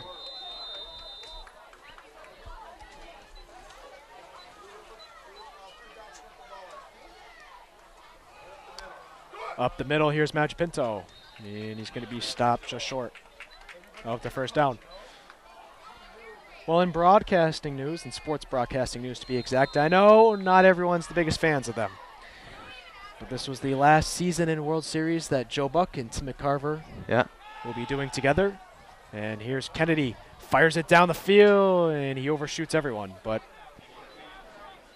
you got to give him credit. You know, he was a Major League Baseball player. They had a long run, but after the World Series, they had a little segment for him. Well deserved. Well deserved. Yeah. I believe 19 years they called games together. I think they started in 1996, if I'm not mistaken. Actually, the Yankees winning the World Series that year. And here's Magic Pinto, cuts inside, and he's going to get the first down on third down. And I'm not sure. Yes, there was a flag thrown. Looks like there's going to be a penalty on East Long Meadow.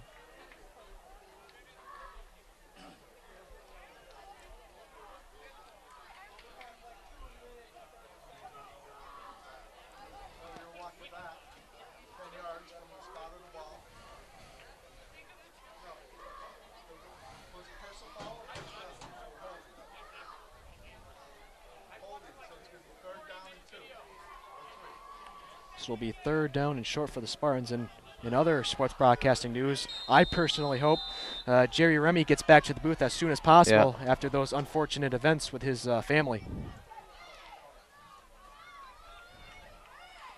Kennedy hands it to Magic Pinto. Magic Pinto breaks free, and he's got the first down. Let's take another look at that one as he avoided one man and then got the first down as well. And there's going to be an injury timeout on the field. That is number 16 for the Terriers, Corey Ranson, the senior tight end and defensive end. And as they take an injury timeout, we will too. We hope to join you after this quick message from our sponsors. This game brought to you in part by The Pizza Shop, home of the legendary dough. The Pizza Shop on Shaker Road in East Long Meadow. After you're done with the Pizza Shop, head on over to Let's Yo for a yogurt experience. North Main Street in East Long Meadow. Fans, follow us on Twitter. Follow all your East Long Meadow sports by using our handle at LCAT Sports for all of East Long Meadow's high school sports scores and updates at LCAT Sports. First down for the Spartans. Kennedy hands it to Bortolucci. Bortolucci makes one man miss, and he's going to be knocked out of bounds. Good run by the senior, John Bortolucci.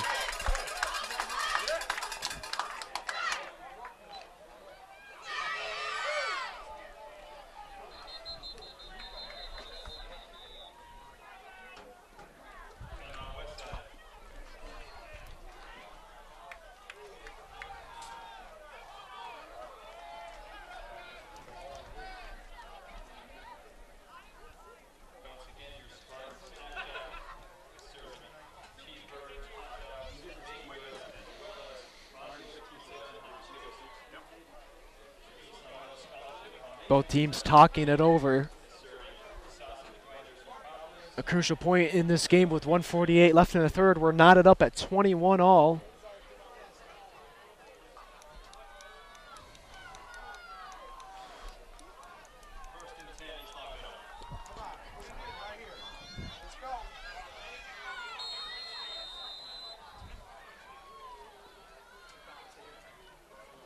First and 10 for the Spartans around the 13-yard line.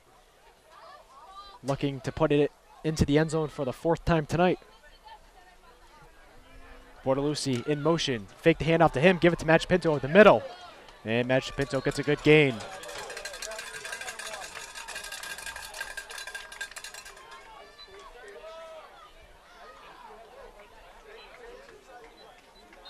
Matt, as we look at the senior numbers on the far right side of the field, after this play, I'll ask you the question. Here's Devin Kennedy, throws it to the left side, incomplete. As we look at the numbers to the far right side of the field that were made out of, I believe, cups for the seniors, little plastic cups, how long did you think that took, whoever did that? How long did it take? How long would you estimate? Well, I would imagine the cheerleading squad did it. The squad, the cheerleader. I didn't know if the booster club did it or. I would imagine that the cheerleaders did it. And you know, if there's, I don't know how many there are, 15 of them, I have no idea. But, I don't know, maybe a solid half hour. Half hour to do all those? You think so? Yeah, if there's 15 of them. 1, 2, 3, 4, 5, 6, 7, 8, 9, 10, 11, 12, 13. You were two off. And here is John Bortolucci, who's trying to squeeze it in, and he's going to be knocked out around the 3. Probably didn't take as long as you think, though. See, I think it would take forever. Maybe for me. Maybe for me to. Yeah, maybe for you. Maybe for me. And Andrew Frappier is going to come into the game now. The other senior.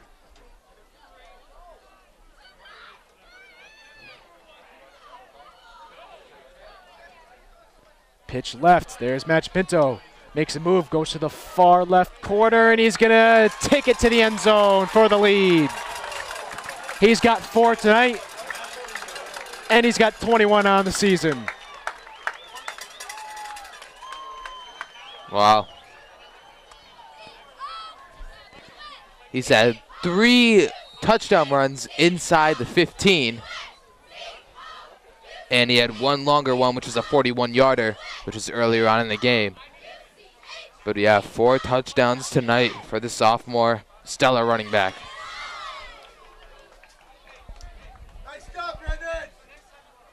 Bornelucian for the PAT.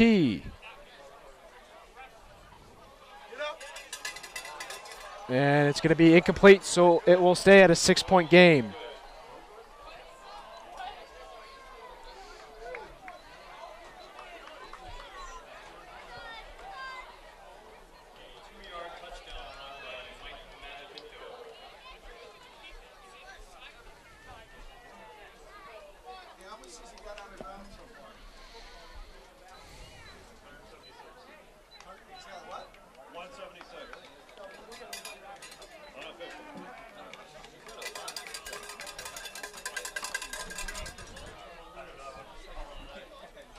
.109 left in the third, 27-21. Spartans lead it. It's been a back and forth battle between the Spartans and the Terriers.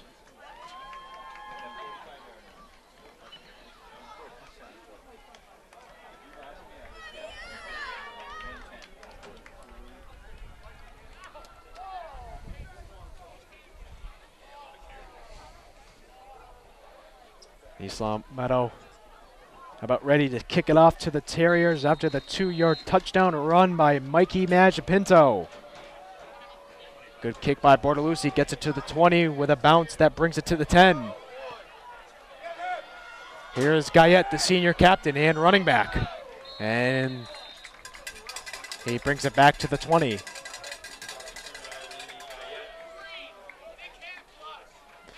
Well, to the left of me, we have Jason Cloutier, who worked at ESPN for 17 years. And Jason, you were a big part in the college football scheme of things, and a big college football matchup tomorrow night between Florida State and Miami. I know you don't have a microphone on, but any insight to the fans on college game day and everything? Florida State's going to win. Jameis Winston. Remember the name. He believes that the freshman sensation Jameis Winston's going to win. And again, I know you don't have a microphone, but do you think Jameis Winston's a bigger, you could say, star than Johnny Manziel his freshman year? It's close, but I think Manziel's better. Jason said Manziel's better. But Jameis Winston, no shore of having a great season, undefeated, national title implications tomorrow night. Musburger and Herb Street with the call, I believe.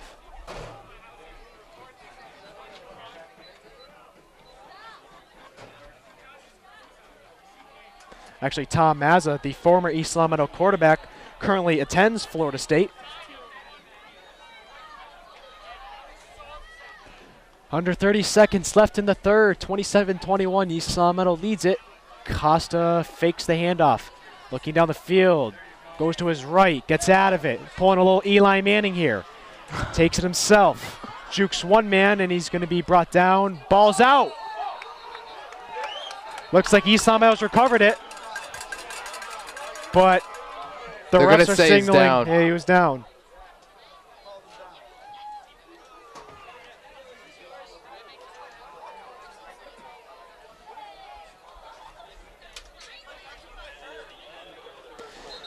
And that's going to be the end of the third quarter with East Lomito leading 27-21. It's going to be a tight fourth quarter when we come back.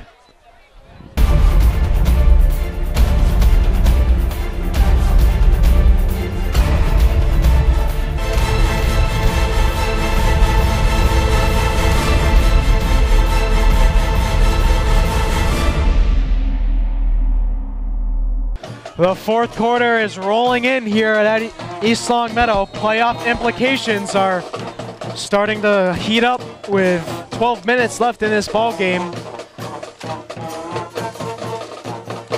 And with that missed field goal East Long Meadow had earlier, that could be extremely costly to this outcome for East Long Meadow.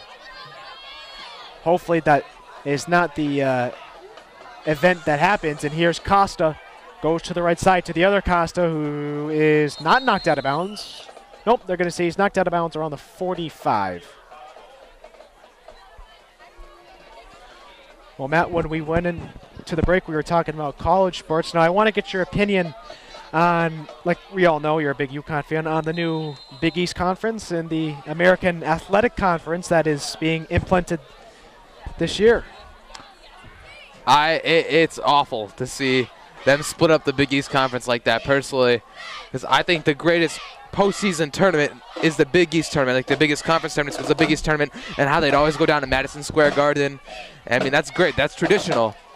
It's a handoff off the outside. He gets out of bounds. It was traditional, and I always thought that was great. And I don't really see the reason why they had to do that, but it's disappointing if you were like a UConn fan or anyone like any other team like that kind of got moved out of the conference and formed a different conference. It's tough. It's tough.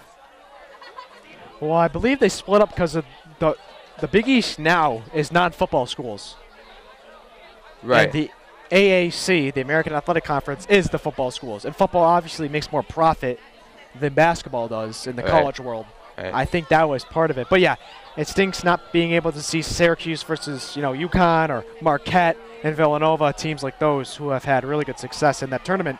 And here's Costa, flags down, and he's going to be brought down. He can't get it off this time, but let's see what the call is. Might be a holding call.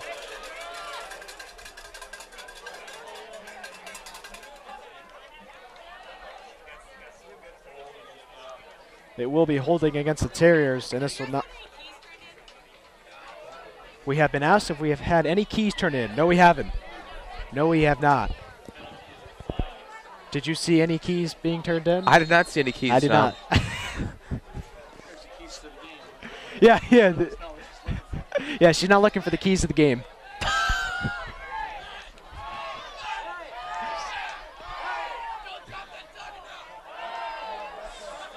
Junior John DeSabato getting the band pumped up.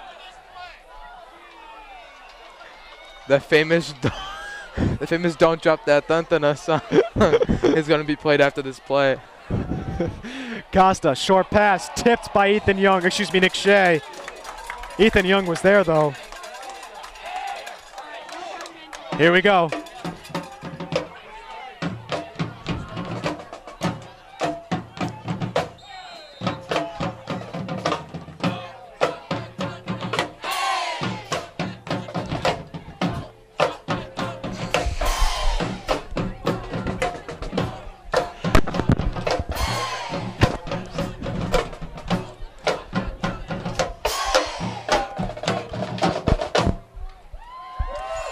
Here's the punt by Costa.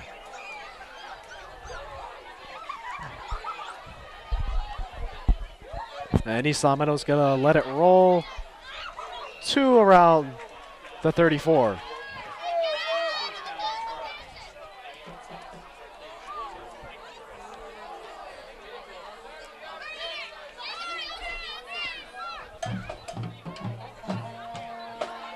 Spartans will take over with 10:50 left in the fourth.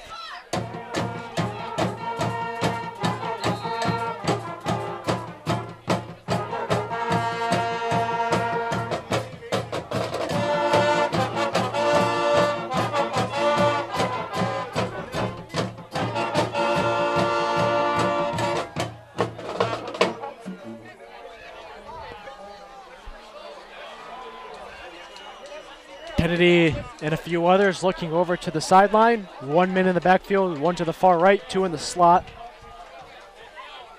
Kay in motion. Handoff to Matt Japinta, who just gets back to the line of scrimmage.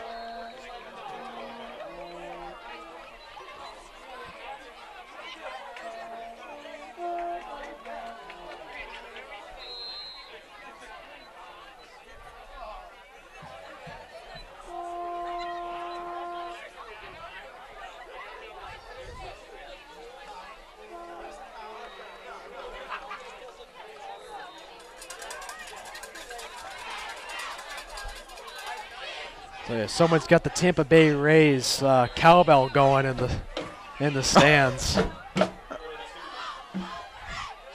I think that's there every week. I think so too. Yeah. I think that same person brings that cowbell every week. And here's Matt Pinto. He's got some grass in front of him. He might take it for his 5th touchdown of the night. He will. East Long Meadow has a 2-possession lead.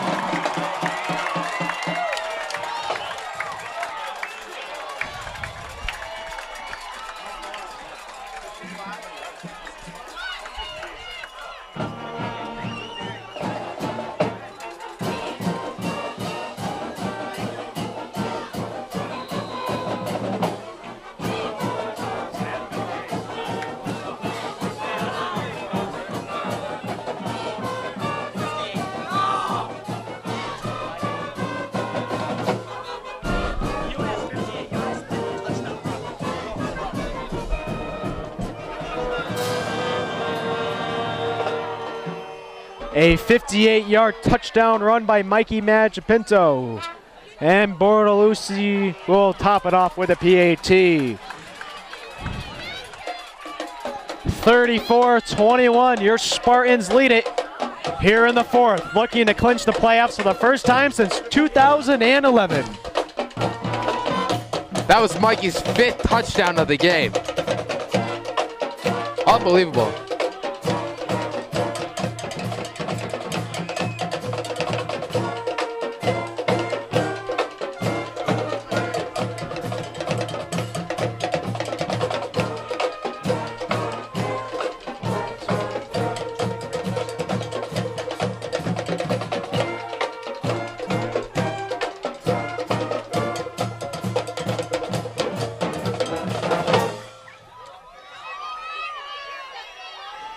His 23rd touchdown on the ground this year. Like Xbox 360 numbers right there.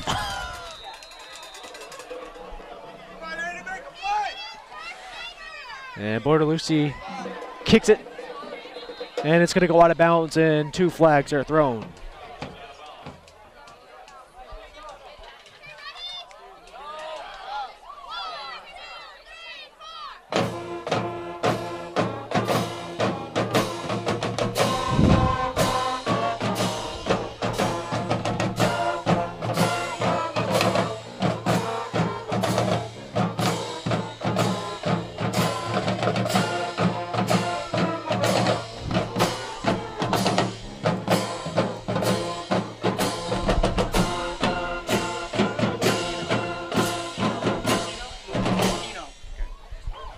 And as the Star Wars theme was played, that's one of the Yankees theme songs after the Larry Lucchino term called them the Evil Empires, played on opening day this year when the Red Sox came to the Bronx on April 1st.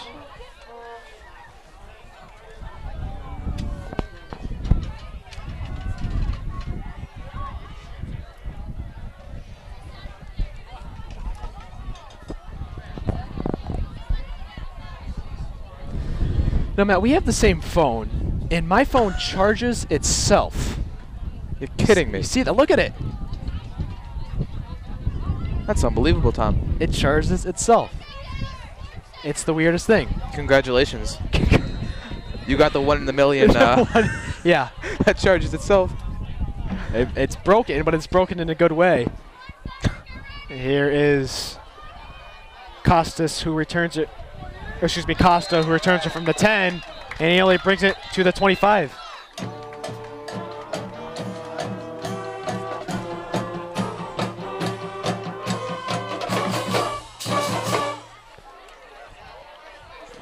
Well, Tom, you're not lying. This thing is actually charging itself. It says battery charging. It's not plugged into anything.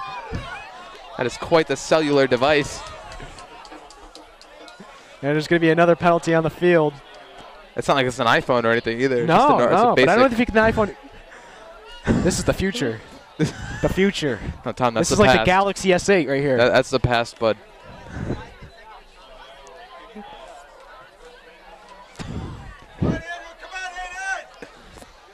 So Spartans are going to kick it off once again. It's the 3rd time. And Connor Humphreys will kick it off. And West Springfield brings it to the 50.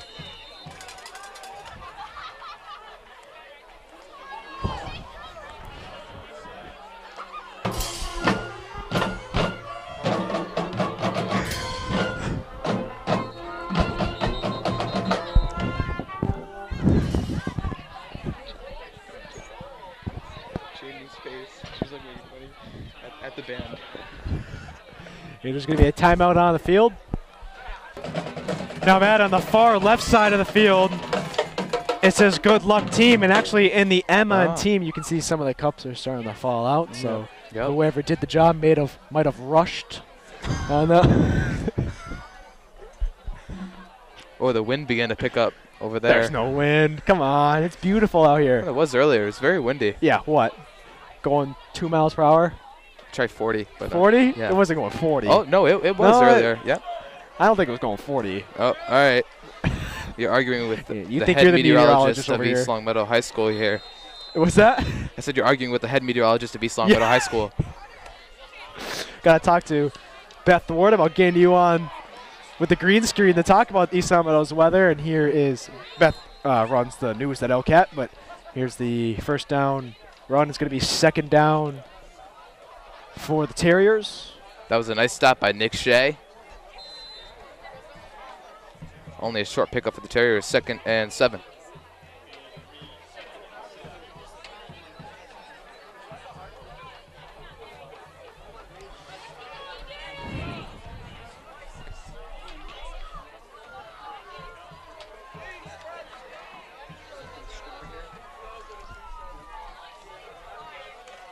Here is Costa eluding the tackles. Ball's out. Looks like he fell on it, though.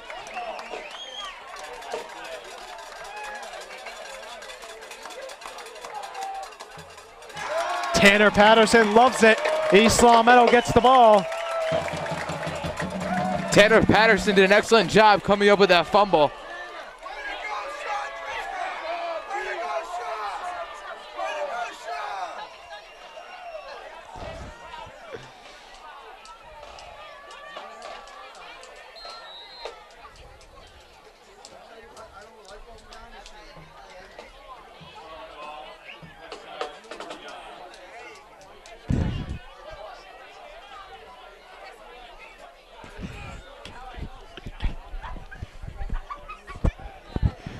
All right, Spartans will take over around the 50-yard line. Kennedy drops back, goes to the middle, finds Taft. Taft cuts to the right side, and he's got an open field, and he's got a touchdown. Touchdown, Spartans. Spartans on top 40-21.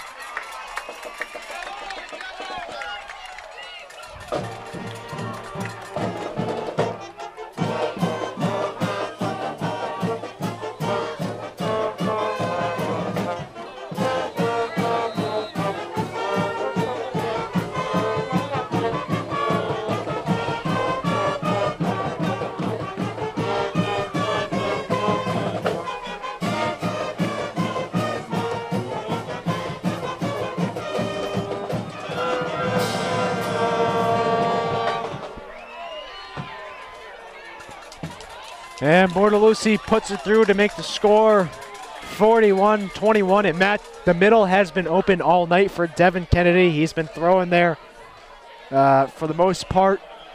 Yep. And he connects with Taft to make it 41-21. That's perfect execution. Ryan Taft, nice cut across the middle, and there was no one stopping him as he cruised into the end zone. That is Ryan Taft's 7th touchdown reception on the year.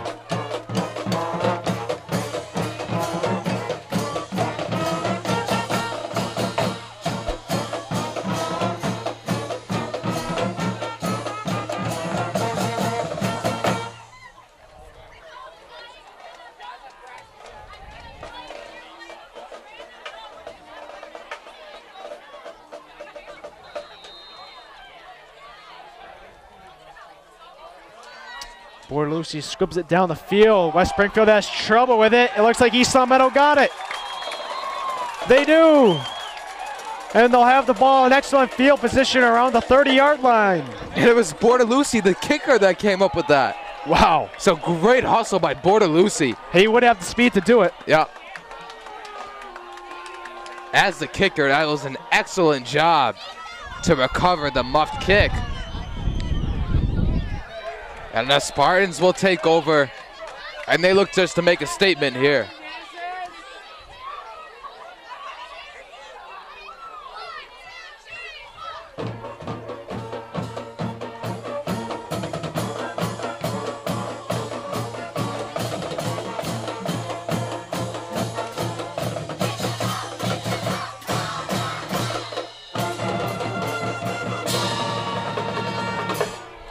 Well, West Springfield has only scored 1 touchdown this whole half. Here's Bortolucci. Good gain.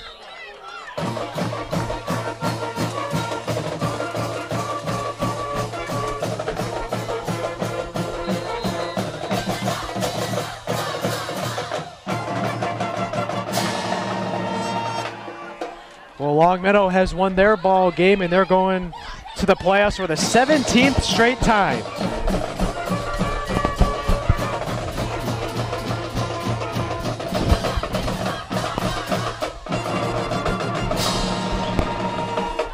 Definitely a Western Massachusetts football dynasty. Here's Tommy Kay up the middle. And the senior on second down gets the first down.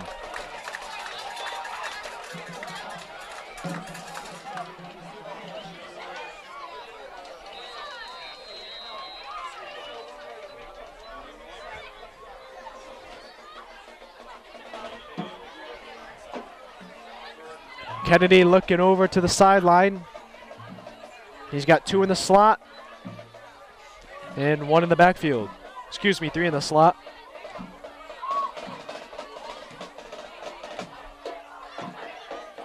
Man in motion, that's Fazzino. Senior to senior. Here is Fazzino around the outside corner who gets shoved out of bounds.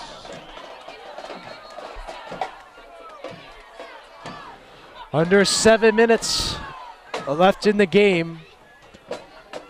And Matt, a few moments ago, I was going to ask you when Magic Pinto scored his 4th or 5th touchdown, I really can't remember, should have they gone for 2 when it was 34-21. They didn't, and it really doesn't matter right now. Right. And they're on top by 20 points, and another score here should just about do it. We learned last week, though, that it's not over till it's over, because they were up 22 at the half, and they blew that lead.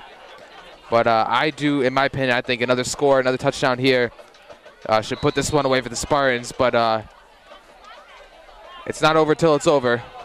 Can't forget about that.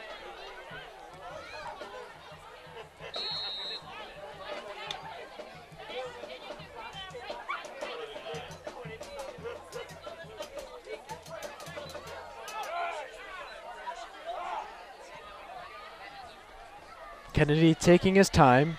We're under 6 minutes left. Goes to his right. Throws to his right. Finds Fazzino. Gets the first down, and Fazzino gets some more.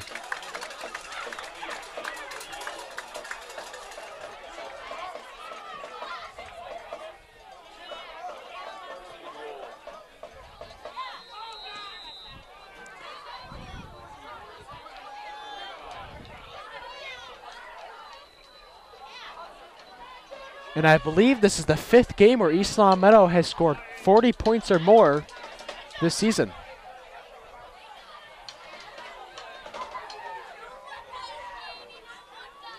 Kennedy pitches it to the left side, and a flag is down, but it'll be another touchdown for the Spartans. That's Tanner Fazzino, but let's see what the flag is. It's going to be a holding on the offense. That would have been Tanner Fazzino's 3rd touchdown on the night, but it's going to be brought back.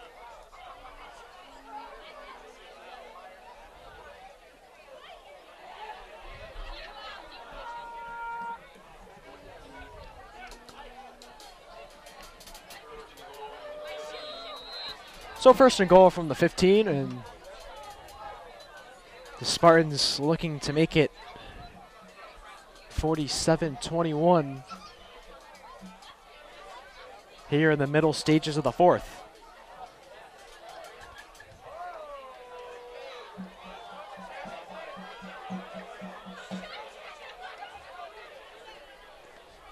Kennedy gives it to Vizino. Second and goal.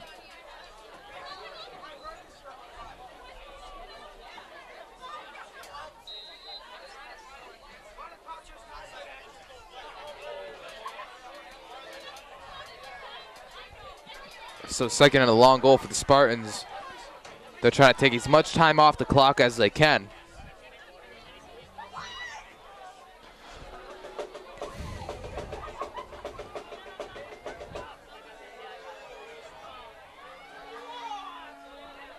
Here's Pinto, who will take it into the end zone.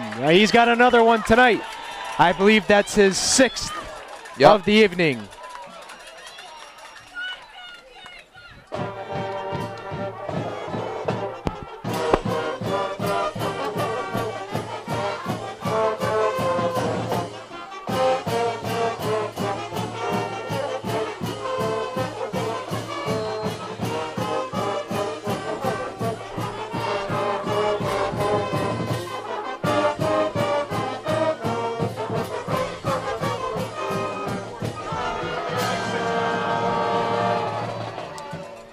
So yeah, that was Pinto's 6th touchdown of the game. 6th of the game, 24th of the season, and that'll lead us into our next conversation for the Battle of the Dagenet Award, which is the award for the best Western Massachusetts offensive player, and leading it is Cody Williams.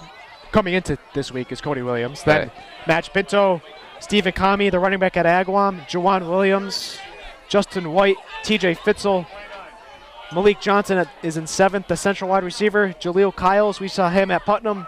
Max Chaporis from Long Meadow, the fullback, and Malcolm Smith out of Turner Falls.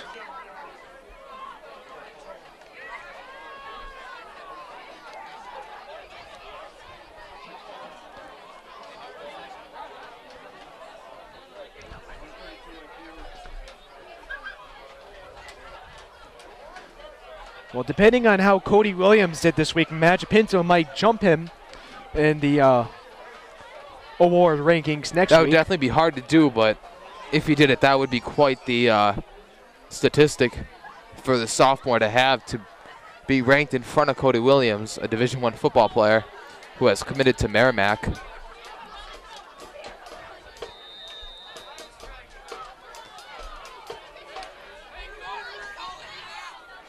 And the squibber goes to around the 15. Here is Costa. Has some blockers, finds some room, has a few more men to beat. He's going to take it all the way for another West Springfield touchdown. The score is 48-27, but flags are down.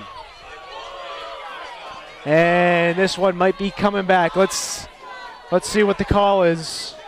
But what an unbelievable return by Jared Costa.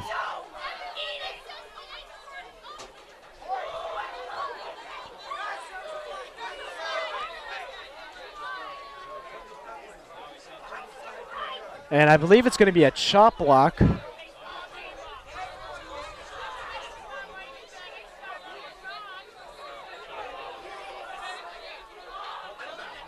And the call will stand. So the score will be 48-27. And I believe West Springfield will go for 2. But Jared Costa, I'm not sure how long that run was, but yeah, that's quite the return.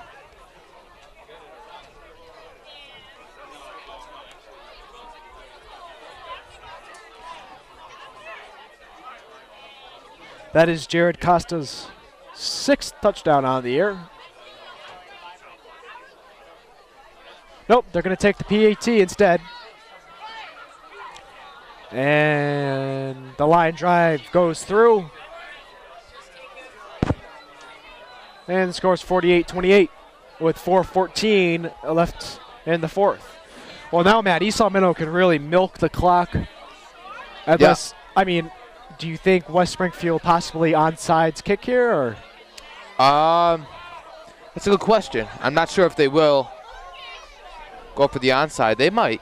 We've seen in earlier games where they haven't lined up for a onside kick, but they have done an onside kick, so maybe that could be coming too. Okay. Yeah.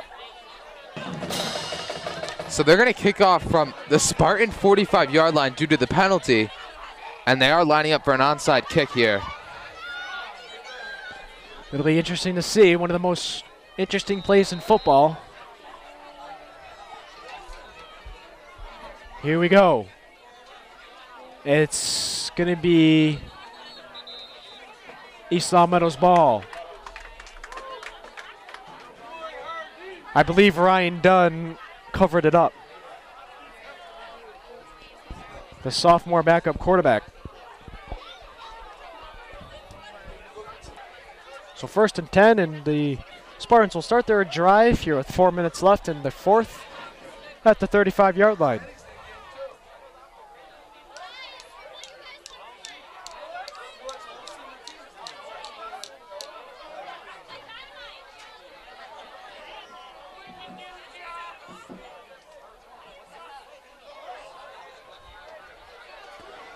Right in motion.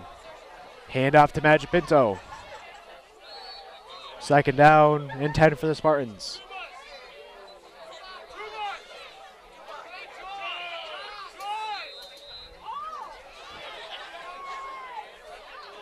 So Spartans trying to milk the clock to the best of their ability. 3:47 to go in the 4th quarter, excuse me. And they're on top 48-28. Pass it to Benny. Pass it to Benny. Let him get a reception.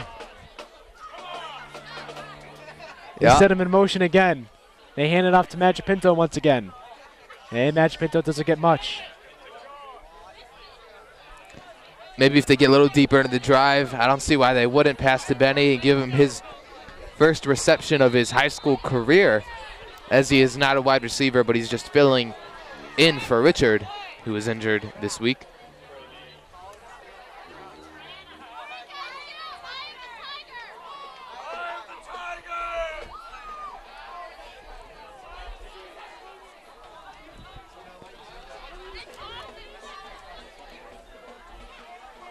Third and 8 for the Spartans, and here's the pitch to Benny Wright. And Benny can't make anything happen on it.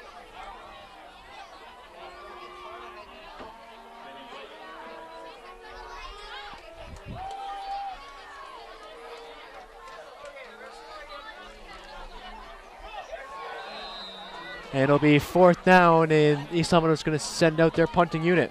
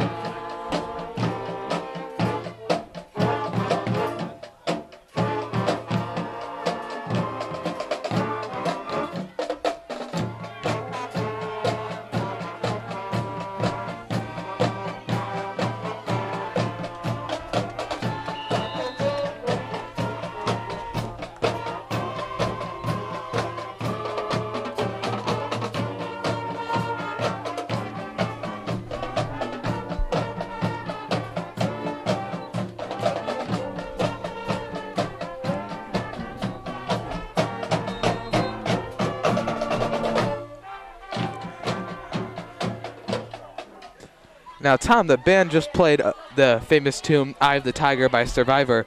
Now, tell me, what movie? Rocky Balboa. Yeah, which one? 1, 2, 3, 4, 5, or 6? Which one? Can I have 2 guesses? You may. You may have 2 guesses. Can I have 2 or 4? No, it was the 3rd one. Oh, in the middle. Yep, it was the 3rd Rocky.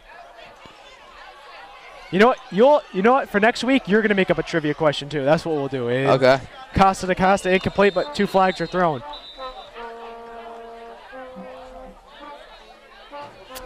There were 6 Rocky movies. No, the 6th one just came out. I yeah, believe. the 6th one came out a couple years ago. But Yep. Which one in your mind's the best one? Oh, it's a tough one.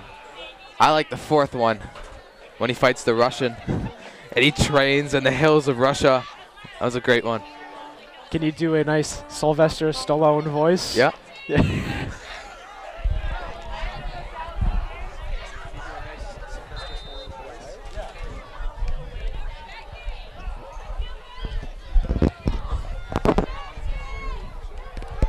Matt's taking off his headset. He can't control himself. But let's hear your best. Oh Sylvester. no, please! Come I've on. never even You done brought this. it up. I've never even done this in person, so Yeah, I what, don't know you've if I only can. done it I in don't know your if I can head? do this on a television broadcast right now. I don't want to embarrass myself. Costa looking, fires it down the field. He's got a man. He completes it, and it looks like he's going to take it all the way for a touchdown with 1:30 left in the fourth. Touchdown West Side. And it's Marquise Murphy with the TD. And it's 48-34. Spartans still with a commanding lead.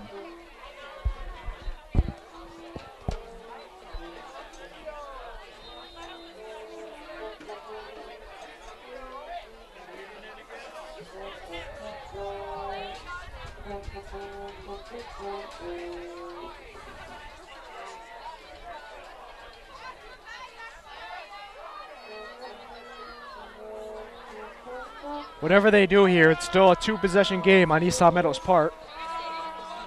They'll opt to take the field goal.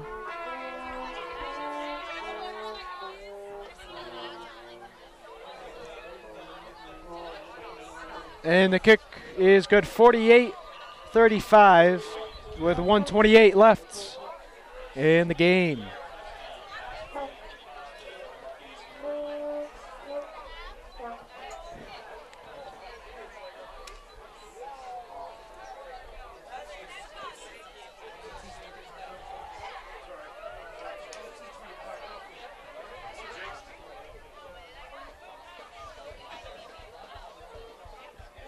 I wonder if that's the longest movie series of all time. The Rocky series. Well, how long was the It's gotta- Apollo well, what- series? The what? The Apollo series. Oh, I'm not sure, but you can't forget about Harry Potter. There's like 7 or 8 million of It those. was like 15 bucks too. Yeah, literally. It's like part 1, part 2, and part 3 of like every single one. I'm actually going to go talk to the AD, Mr. Marhefka, if that's how you pronounce his last name. Maybe East Long Meadow can get a Quidditch team going. Here at East Long Meadow.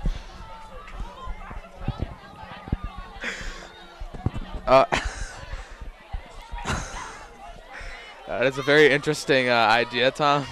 I mean, I wouldn't take part, but Well, obviously the Quidditch match will have to be held on the ground. that's true. And We Harry can't- Potter, they fly in a broom. Yeah.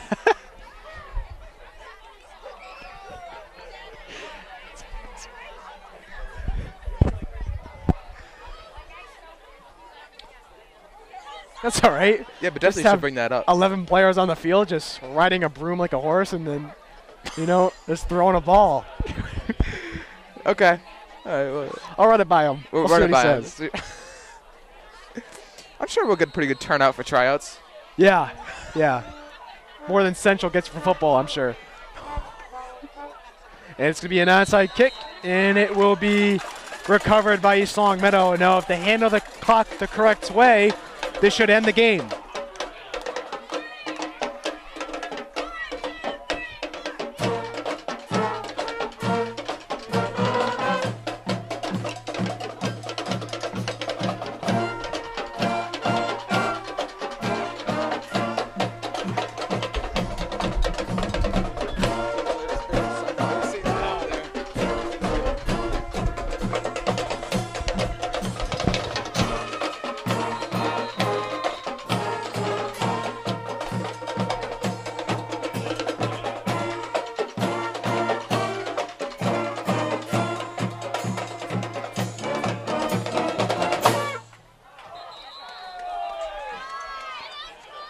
And after the carry by Match Pinto, it'll be second down for the Spartans, and Westside's going to call a timeout to try to preserve some clock.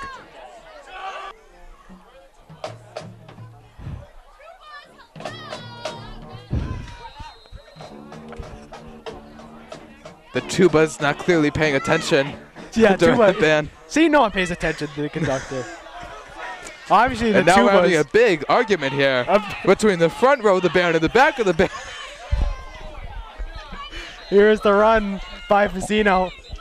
And it's going to be third down. Still some confusion going on.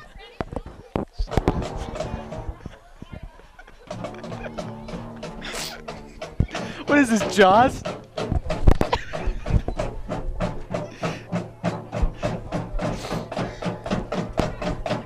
I think that's exactly what it is. Yeah, it is. It is Jaws.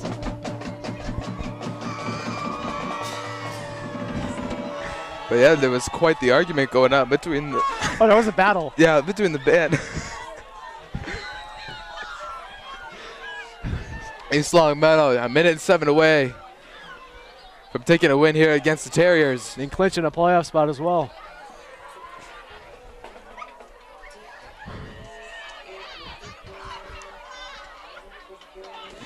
Devin Kennedy sends Andrew Frappier in motion. Fake the handoff. He's going to take it himself on the left side. Makes a move, stiffs arms, and gets knocked out of bounds. It'll be fourth and 6, and someone's going to punt it off. Almost blocked. And it's just going to be out of bounds. And the ball went out of bounds around the 2-yard line. So an excellent punt by Ethan Young. The ref did signal it was blocked on the play, and maybe that's one of the factors why it bounced the way it did. I mean, it doesn't make much of a difference here with 50 seconds left in the game. 48-35, your Spartans lead, looking to clinch a playoff spot and get back into the playoffs. They missed the 2012 season going 5-5. They lost to Putnam in 2011. Costa in shotgun formation, steps back into the end zone, throws it down, complete, knee was down.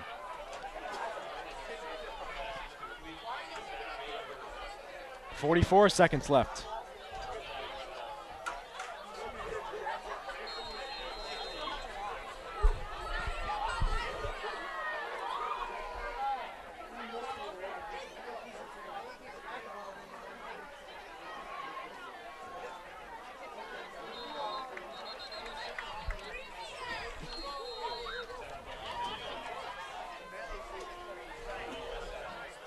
And Westside will call a timeout. Well, with 30 seconds left, it looks like East Longmeadow's got this one in the bag. Matt, what are your thoughts on the last regular season game for East Longmeadow here in 2013? You know, I don't think Coach Raymond could have asked any more out of them. You know, the first quarter was a little bit slow, and that's kind of been the MO of them throughout the year. The first quarter's always been their slowest quarter. But, you know, second, third quarter, they stepped it up once again, and they did a fine job tonight. The score right now is 48. Yes, they put up 48 points tonight offensively. Mikey Pinto scored 6 times on the ground. So an excellent performance tonight for the Spartans offense. The defense was there, not as strong as we've seen, but the defense did a pretty good job. Yeah, you are right. They have not been as strong as we have seen them before. Costo with a little pass, and it's incomplete. So the Pizza Shop Offensive Player of the Game will go to Mikey Pinto, who got 6 rushing touchdowns today. And the Lezio Defensive Player of the Game is Tanner Patterson, who recovered a fumble, and he did an excellent job tonight putting pressure on the quarterback.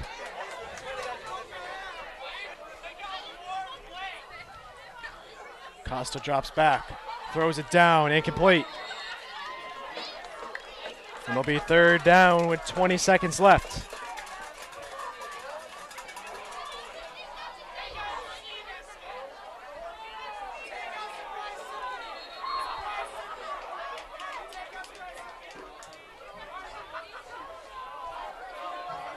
And there's going to be an injury timeout. That's the star wide receiver, Jared Costa, and we'll take one with him. We hope to join you after this quick injury timeout.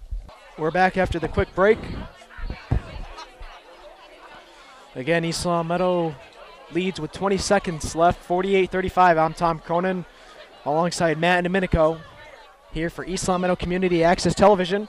Costa gets out of the jam, throws it down, and it's going to be complete to his wide receiver.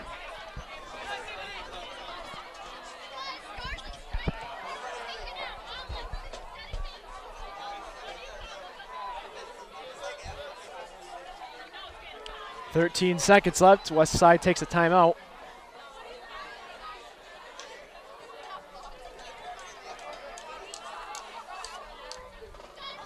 East Long Meadow will move to 4-2 in the division and 6-2 overall, while West Springfield will be eliminated from the playoffs at 2-5 in the division and 3-5 overall. Costa drops back, fires it, and it's going to be incomplete.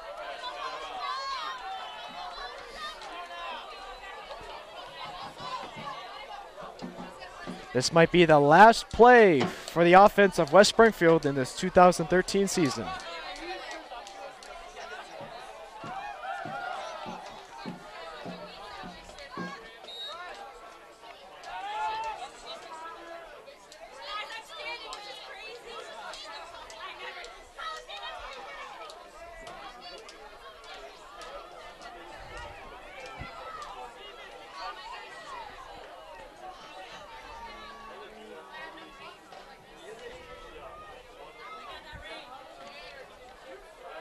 Westside lines up in the shotgun formation with 7 seconds left. Costa throws it over the middle. It's going to be incomplete with 1.4 seconds left on the scoreboard.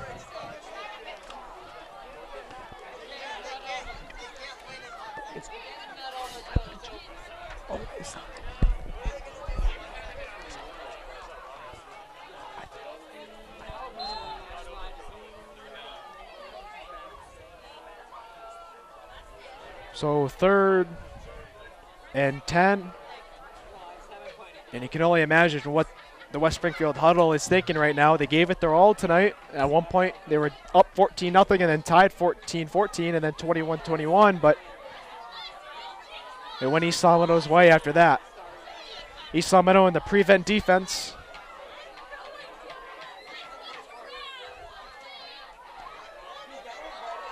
Costa throws it down. It will be complete, and they're going to bring it down to around the 14-yard line, but hello, playoffs.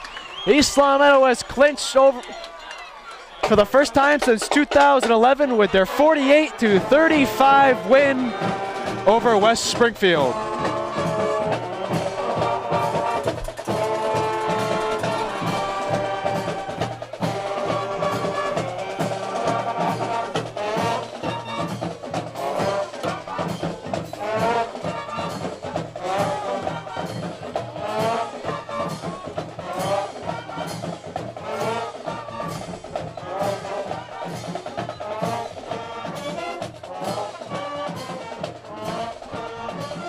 Matt, and your final thoughts on this 2013 regular season and this game personally? What a season for the Spartans, and this season 6-2. Definitely, in my opinion, above expectations for them. You really could have asked more all season long from the Spartans. They played their hearts out all season, and they're ready for playoffs, let me tell you. Mike Pinto, what a story he's been, scoring 6 times tonight, 24 on the season now. A terrific season for the Spartans, and tonight they started off slow and they got right into it. Their offense kicked in. Even though the defense wasn't there tonight, I would say, allowing 35 points, the offense still made up for it, scoring 48 points, outscoring the Terriers 48-35. And out of respect for the seniors from LCAT Sports, we would like to give a shout out to all the East Long Meadow seniors playing their final game here at East Long Meadow. We'll give a shout out to Tommy Kay, Brennan Darko, Andrew Wall, Samuel Germain, Tanner Patterson, Benny Wright, Devin Kennedy, Andrew Frappier, Ethan Young, Tanner Fazzino, John Bertolucci, Ryan Taft, Liam Driscoll, Brendan Logan, Benjamin O'Connor, Jordan Schwartz, Noah Gonzalez, Kevin Cohn, and Sean Driscoll. All 19 of them will be missed, but luckily we have another game to see them play. Yep. I would also like to say thank you to everyone who has helped LCAT Sports put on a terrific regular season. Let's give a shout out to you, Matt Domenico, Jamie Rook, the main camera girl, Tony Santinello, the sports director, Nina Fazio, who ran the on-field camera with Connor Lohman, Ariel Vernadakis, who was the sideline reporter, Tommy Rado also helped on the sideline, and Randall as well. Sam Blake joined us for a game, Jason Cluyer, who's here every game, and the executive producer, Don Mackey. It's been a fun regular season. It's great to see them back in the playoffs, first time since 2011, and we have to join you for that playoff game when it comes. See you next time, everybody. People think we're crazy because the crazy things we do. People think we're crazy because the crazy things we do. Where's my football? Who the hell are you? Where's my football? Who the hell are you? 1, 2, 3. 1, 2, 3. Spartans!